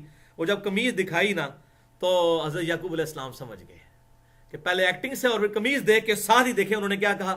قال بل سولت لکم انفسکم امرا، انہوں نے کہا نہیں نہیں تم غلط کہہ رہے ہو، تمہارے نفسوں نے تمہیں کوئی غلط کام سجایا ہے جو تم نے کیا ہے. فصبر جمیل، پس میں پھر اب صبر ہی کروں گا، اور بڑا احسن صبر. یعنی ان کو یہ بات بھی پتہ چل گئی کہ یہ اللہ تعالیٰ کی طرف سے کوئی میرے پہ آزمائش آنے والی ہے. اور اس کی ایک حکمت تھی بھائیو، اللہ تعالیٰ شرک نہیں برداشت کرتا، ٹھیک ہے، کسی صورت میں. ایون خاوند نہیں برداشت کرتا اپنی بیوی کے معاملے میں، اور آج کل تو بیویاں نہیں برداشت کرتی ہیں. ایون نبی صلی اللہ علیہ وسلم کی بیویاں بھی سوکنے جو آپس میں تھی ان کے بھی معاملات میں. یوسف علیہ السلام کے جو والد محترم تھے یعقوب علیہ السلام، وہ بڑی پیشن کی حد تک محبت کرتے تھے. اللہ تعالیٰ کی ڈیمانڈ یہ ہے کہ اللہ از دا ٹاپ پرائورٹی ہونی چاہیے. کسی بھی لمحے میں مخلوق سے محبت اس درجے میں نہ چلی جائے کہ اس کا کوئی کمپیریزن ہونا لگ پڑے. تو اللہ تعالیٰ نے یعقوب علیہ السلام کو پھر 40 سال کی جدائی دکھائی اس حوالے سے، اسی بیٹے سے، ٹھیک ہے. اور جب آخر میں وہ سارے معاملات ہو گئے تو پھر اللہ تبارک و تعالیٰ نے جب ان کا وہ اس حوالے سے وہ ایک حق الیقین تک پہنچ گئے، پھر اللہ تعالیٰ نے وہ بیٹا لوٹا بھی دیا. اور بڑھاپے کی عمر میں، اس کے بعد بھی وہ 10-12 سال زندہ رہے، اور یعقوب علیہ السلام کو انہوں نے ان کی اولاد کو بھی دیکھا، انجوائے کیا. تو انہوں نے کہا میں اب صبر کروں گا، یعنی اللہ کی طرف سے یہ آزمائش آ گئی ہے. واللہ المستعان علی ما تصفون، اور اللہ تعالیٰ سے ہی میں مدد مانگوں گا یہ تمہاری ان چکر بازیوں کے مقابلے میں جو تم مجھ سے بیان کر رہے ہو. وجاءت سیارۃ، تو تھوڑی دیر بعد وہاں سے ایک قافلہ گزرا. وہ جو قافلے گزرتے تھے پانی کے لیے، انہوں نے اس کنویں میں جو ہے وہ ڈول ڈالا. وہ کیسے؟ فَأَرْسَلُوا وَارِدَهُمْ فَأَدْلَا دَلْوَا، تو ان پانی لینے والا جو ان میں سے ایک شخص تھا وہ آیا، اور اس نے جو ہے وہ اپنا جو ہے وہ ڈول لٹکایا اسی کنویں میں. تو جب ڈول لٹکا تو اللہ تعالیٰ نے وحی کے ذریعے یوسف علیہ السلام کو بتا دیا کہ آپ اس ڈول میں اب سوار ہو جائیں. پھر تو اللہ تعالیٰ کی وحی کی تائید ساتھ ساتھ رہی نا جی، جبریل علیہ السلام کے ذریعے. تو وہ اس ڈول کو پکڑ کے بیٹھ گئے اسی ڈول میں. جب باہر کھینچا، قال یا بشرا ھذا غلام، تو انہوں نے قافلے والوں سے اس نے کہا کہ خوشخبری ہو، ایک غلام ہمارے ہاتھ لگ گیا ہے. وہ ظاہر غلامی کا سسٹم تھا، وہ تو غلام مفت میں ملا ہے تو بیچیں گے اور اسے پیسے کمائیں گے. وَأَسَرُّوهُ بِضَاعَةٍ، اور انہوں نے اسے ایک دولت سمجھ کر چھپا لیا. وَاللَّهُ عَلِيمٌ بِمَا يَعْمَلُونَ، اور اللہ تعالیٰ خوب جاننے والا ہے کہ وہ کیا کر رہے تھے. یعنی اللہ فرما رہا ہے یہ سب کچھ ہماری نگرانی میں ہو رہا تھا. یہ اللہ تعالیٰ کی پوری پلاننگ تھی، ایک تقدیر کا غلبہ تھا کہ ان کو کہاں پہنچانا ہے، مصر میں، جو اس وقت کی سب سے بڑی بادشاہت تھی all over the world. Intellectual level پہ بھی ہر لحاظ سے وہ بلند پایا لوگ تھے. وہاں پر جا کے اللہ تعالیٰ نے یوسف علیہ السلام کی تربیت کروانی تھی. لیکن ہمارے محبوب صلی اللہ علیہ وسلم کی ایسی کوئی تربیت نہیں ہوئی، امی ہے. اس لیے تورات اور انجیل میں بھی اور قرآن حکیم میں آپ صلی اللہ علیہ وسلم کا یہ جو امی لقب کہا گیا یہ آپ صلی اللہ علیہ وسلم کی خصوصیت ہے. کسی انسان سے کوئی تربیت حاصل نہیں کی. یوسف علیہ السلام نے کی وہاں پر جا کر وہ اس شاہی محل میں رہے جہاں پر ڈیلیگیشنز آتے تھے, میٹنگز ہوتی تھیں, دنیا کی سب سے بڑی وہ حکومت تھی مصر کی, تو وہاں پر ان کی ایجوکیشن ہوئی. لیکن ہمارے محبوب صلی اللہ علیہ وسلم کو اللہ تعالیٰ نے معجزہ یہ قرآن دیا, اس کے ذریعے ایجوکیشن کروائی خود. یہ بہت بڑی آپ صلی اللہ علیہ وسلم کو فضیلت حاصل ہے. اور میرا لیکچر ہے مسئلہ نمبر 85, قرآن اور قتال ہمارے محبوب صلی اللہ علیہ وسلم کی دو بڑی خصوصیات. الحمدللہ. تو اللہ تعالیٰ کے خوب علم میں تھا کہ جو وہ کر رہے تھے. وَشَرَوْهُ بِثَمَنٍ بَخْسٍ دَرَاهِمَ مَعْدُودَةٍ, تو انہوں نے یوسف علیہ السلام کو بیچ ڈالا چند درموں کے عوض. ظاہر ہے جی مفت کا مال ہے تو اس کی تو قدر کوئی نہیں ہوتی نا جی. مفت کا مال ہے تو انہوں نے کہا جننے لب دینے لو, تو انہوں نے بیچ ڈالا. وَكَانُوا فِيهِ مِنَ الزَّاهِدِينَ, اور وہ اسی بات پر ہی زاہد ہو گئے, قناعت کرنے والے ہو گئے. جتنا پیسہ لبدا جی مفت کا مال ہے, لبے لاٹری نکل آئی ہے تو وہ اسی پر ہی. ان کو کیا پتا تھا کتنی بڑی ہستی ہے اور مستقبل میں اللہ نے اس کو کس مقام پر فائز کرنا ہے, کسی نے سوچا بھی نہیں تھا. کریم ابن کریم ابن کریم ابن کریم, یوسف بن یعقوب بن اسحاق بن ابراہیم علیہ السلام. وقال الذی اشتراه من مصر, اور کہا اس شخص نے, یہ پوتی فار اس کا نام تھا, جو عزیز مصر تھا, یعنی مصر کے بادشاہ کا سمجھ لیں وزیر اعظم تھا, سب سے ٹاپ پوسٹ پہ تھا بادشاہی نظام میں. ہمارے اس سسٹم میں تو وزیر اعظم سب سے ہوتا ہے, ہماری تو یہ پوسٹ صرف دکھانے کے لیے ہوتی ہے صدر کی, بل وہ بادشاہ کا وزیر تھا جو عزیز مصر, بہت بڑی پوسٹ پہ, دنیا کی سب سے بڑی امپائر میں ایک بڑی پوسٹ پہ, پوتی فار. اس نے خریدا یوسف کو مصر میں جا کر جب بیچا گیا تو اس نے کہا لامرتی ہی, اپنی بیوی سے, اکرمی مثواہ, کہ اس بچے کو خوب عزت اور احترام کے ساتھ ٹھہراؤ. عسیٰ ان ینفعنا او نتخذہ ولدا, قریب ہے کہ ہمیں اس سے بڑا فائدہ پہنچے, اور ہم اگر اور فائدہ نہیں تو ہم اسے اپنا بیٹا بنا لیں گے. ہماری اولاد بھی کوئی نہیں ہے تو ہم اس کو اپنا بیٹا بنا لیں گے. وَكَذَلِكَ مَكَّنَّا لِيُوسُف, تو اس طریقے سے ہم نے اپنی حکمت سے یوسف علیہ السلام کو رہنے کی جگہ دے دی. دنیا کی سب سے بڑی امپائر میں سب سے بڑے, آپ سمجھ لیں کہ ہیڈ آفس کے جو ہیڈ ہے اس کے گھر میں جہاں پہ میٹنگز بھی ہوتی تھیں تاکہ وہ علم حاصل کریں, ہم نے وہاں پر رہنے کا بہترین انتظام ان کا کر دیا, ایلیٹ کلاس میں آپ سمجھ لیں. مکنا لیوسف, اللہ فرماتا ہے ہم نے انتظام کیا, فی الارض, زمین میں, وَلِنُعَلِّمَهُ مِن تَأْوِيلِ الْأَحَادِيثِ, تاکہ ہم اسے سکھا دیں باتوں کی گہرائی میں اترنا. وہ کس طریقے سے؟ ظاہر ہے جب اتنے بڑے بڑے ڈیلیگیشن وہاں پر آئیں گے, میٹنگز ہوں گی, تو یوسف علیہ السلام کی ساتھ ساتھ تربیت ہوتی جاتی تھی. بڑی چھوٹی عمر میں انہوں نے اتنے بڑے بڑے سینئر لوگوں کے ساتھ وہ بیٹھنا اٹھنا شروع ہوئے, اور اللہ تعالیٰ نے وحی کے ذریعے بھی گائیڈ کیا. واللہ غالب علی امری, اور اللہ تعالیٰ اپنے امر پر غالب ہے. اللہ تعالیٰ جو کرنا چاہتا ہے بڑے غلبے کے ساتھ کر گزرتا ہے. وہ بھائیوں نے تو اس سے جان چھڑائی, اللہ نے اس کو کہاں پر پہنچا دیا. ولیکن اکثر الناس لا يعلمون, لیکن اکثر لوگ اس حقیقت سے واقف نہیں ہیں. ولما بلغ اشدہ, اور جب وہ اپنی جوانی کے جوبن پر پہنچے, آتیناہ حکما وعلما, ہم نے ان کو حکم اپنی طرف سے عطا فرمایا, یعنی نبوت عطا فرمائی, وعلما, اور علم. اللہ کے علم میں تو ہمیشہ سے وہ نبی تھے, لیکن مبعوث پھر اس موقع پر ہوئے. وَكَذَلِكَ نَجْزِي الْمُحْسِنِينَ, اور اسی طریقے سے ہم بدلہ دیا کرتے ہیں نیکوکاروں کو, کریکٹر کی حفاظت کرنے والوں کو. تو اب بھائیو یوسف علیہ السلام اس محل میں پہنچ چکے ہیں. اس کے بعد اب ان کی زندگی میں کیا حالات و واقعات آئیں گے, عزیز مصر کی بیوی کے ساتھ کیا معاملہ ہوا, اسی کے ساتھ جو ماں تھی, یعنی ماں کی طرح اس نے پالا, لیکن شیطان جب کسی پر حاوی ہو جائے, اور پھر اس کے بعد ان کا جیل میں جانا, پھر جیل سے چھوٹنا ایک خاص واقعے کی وجہ سے, پھر الٹیمیٹلی ان کا تخت پر فائز ہونا. یہ ایک بہت انٹرسٹنگ سٹوری ہے انشاءاللہ, اور یہ سچی کہانی ہے سنانے والی, جو سنائی جائے. احسن القصص بھی ہے اور قصص بھی ہے. انشاءاللہ یہ ہم اگلے لیکچرز میں کور کریں گے. اللہ تعالیٰ سے دعا ہے کہ جو حق بات میں نے کہی اللہ تعالیٰ ہمارے دلوں میں راسخ فرمائے. اگر میرے منہ سے جذبات میں کوئی بات نکل گئی غلط, تو اللہ تعالیٰ ہمارے دلوں سے محو کر دے. ہمیں کتاب و سنت کی تعلیمات پر عمل کر کے دوسرے بھائیوں تک پہنچانے کی توفیق عطا فرمائے. سبحانک اللہم و بحمدک, اشہد ان لا الہ الا انت, استغفرک و اتوب الیک, وما علینا الا البلاغ المبین.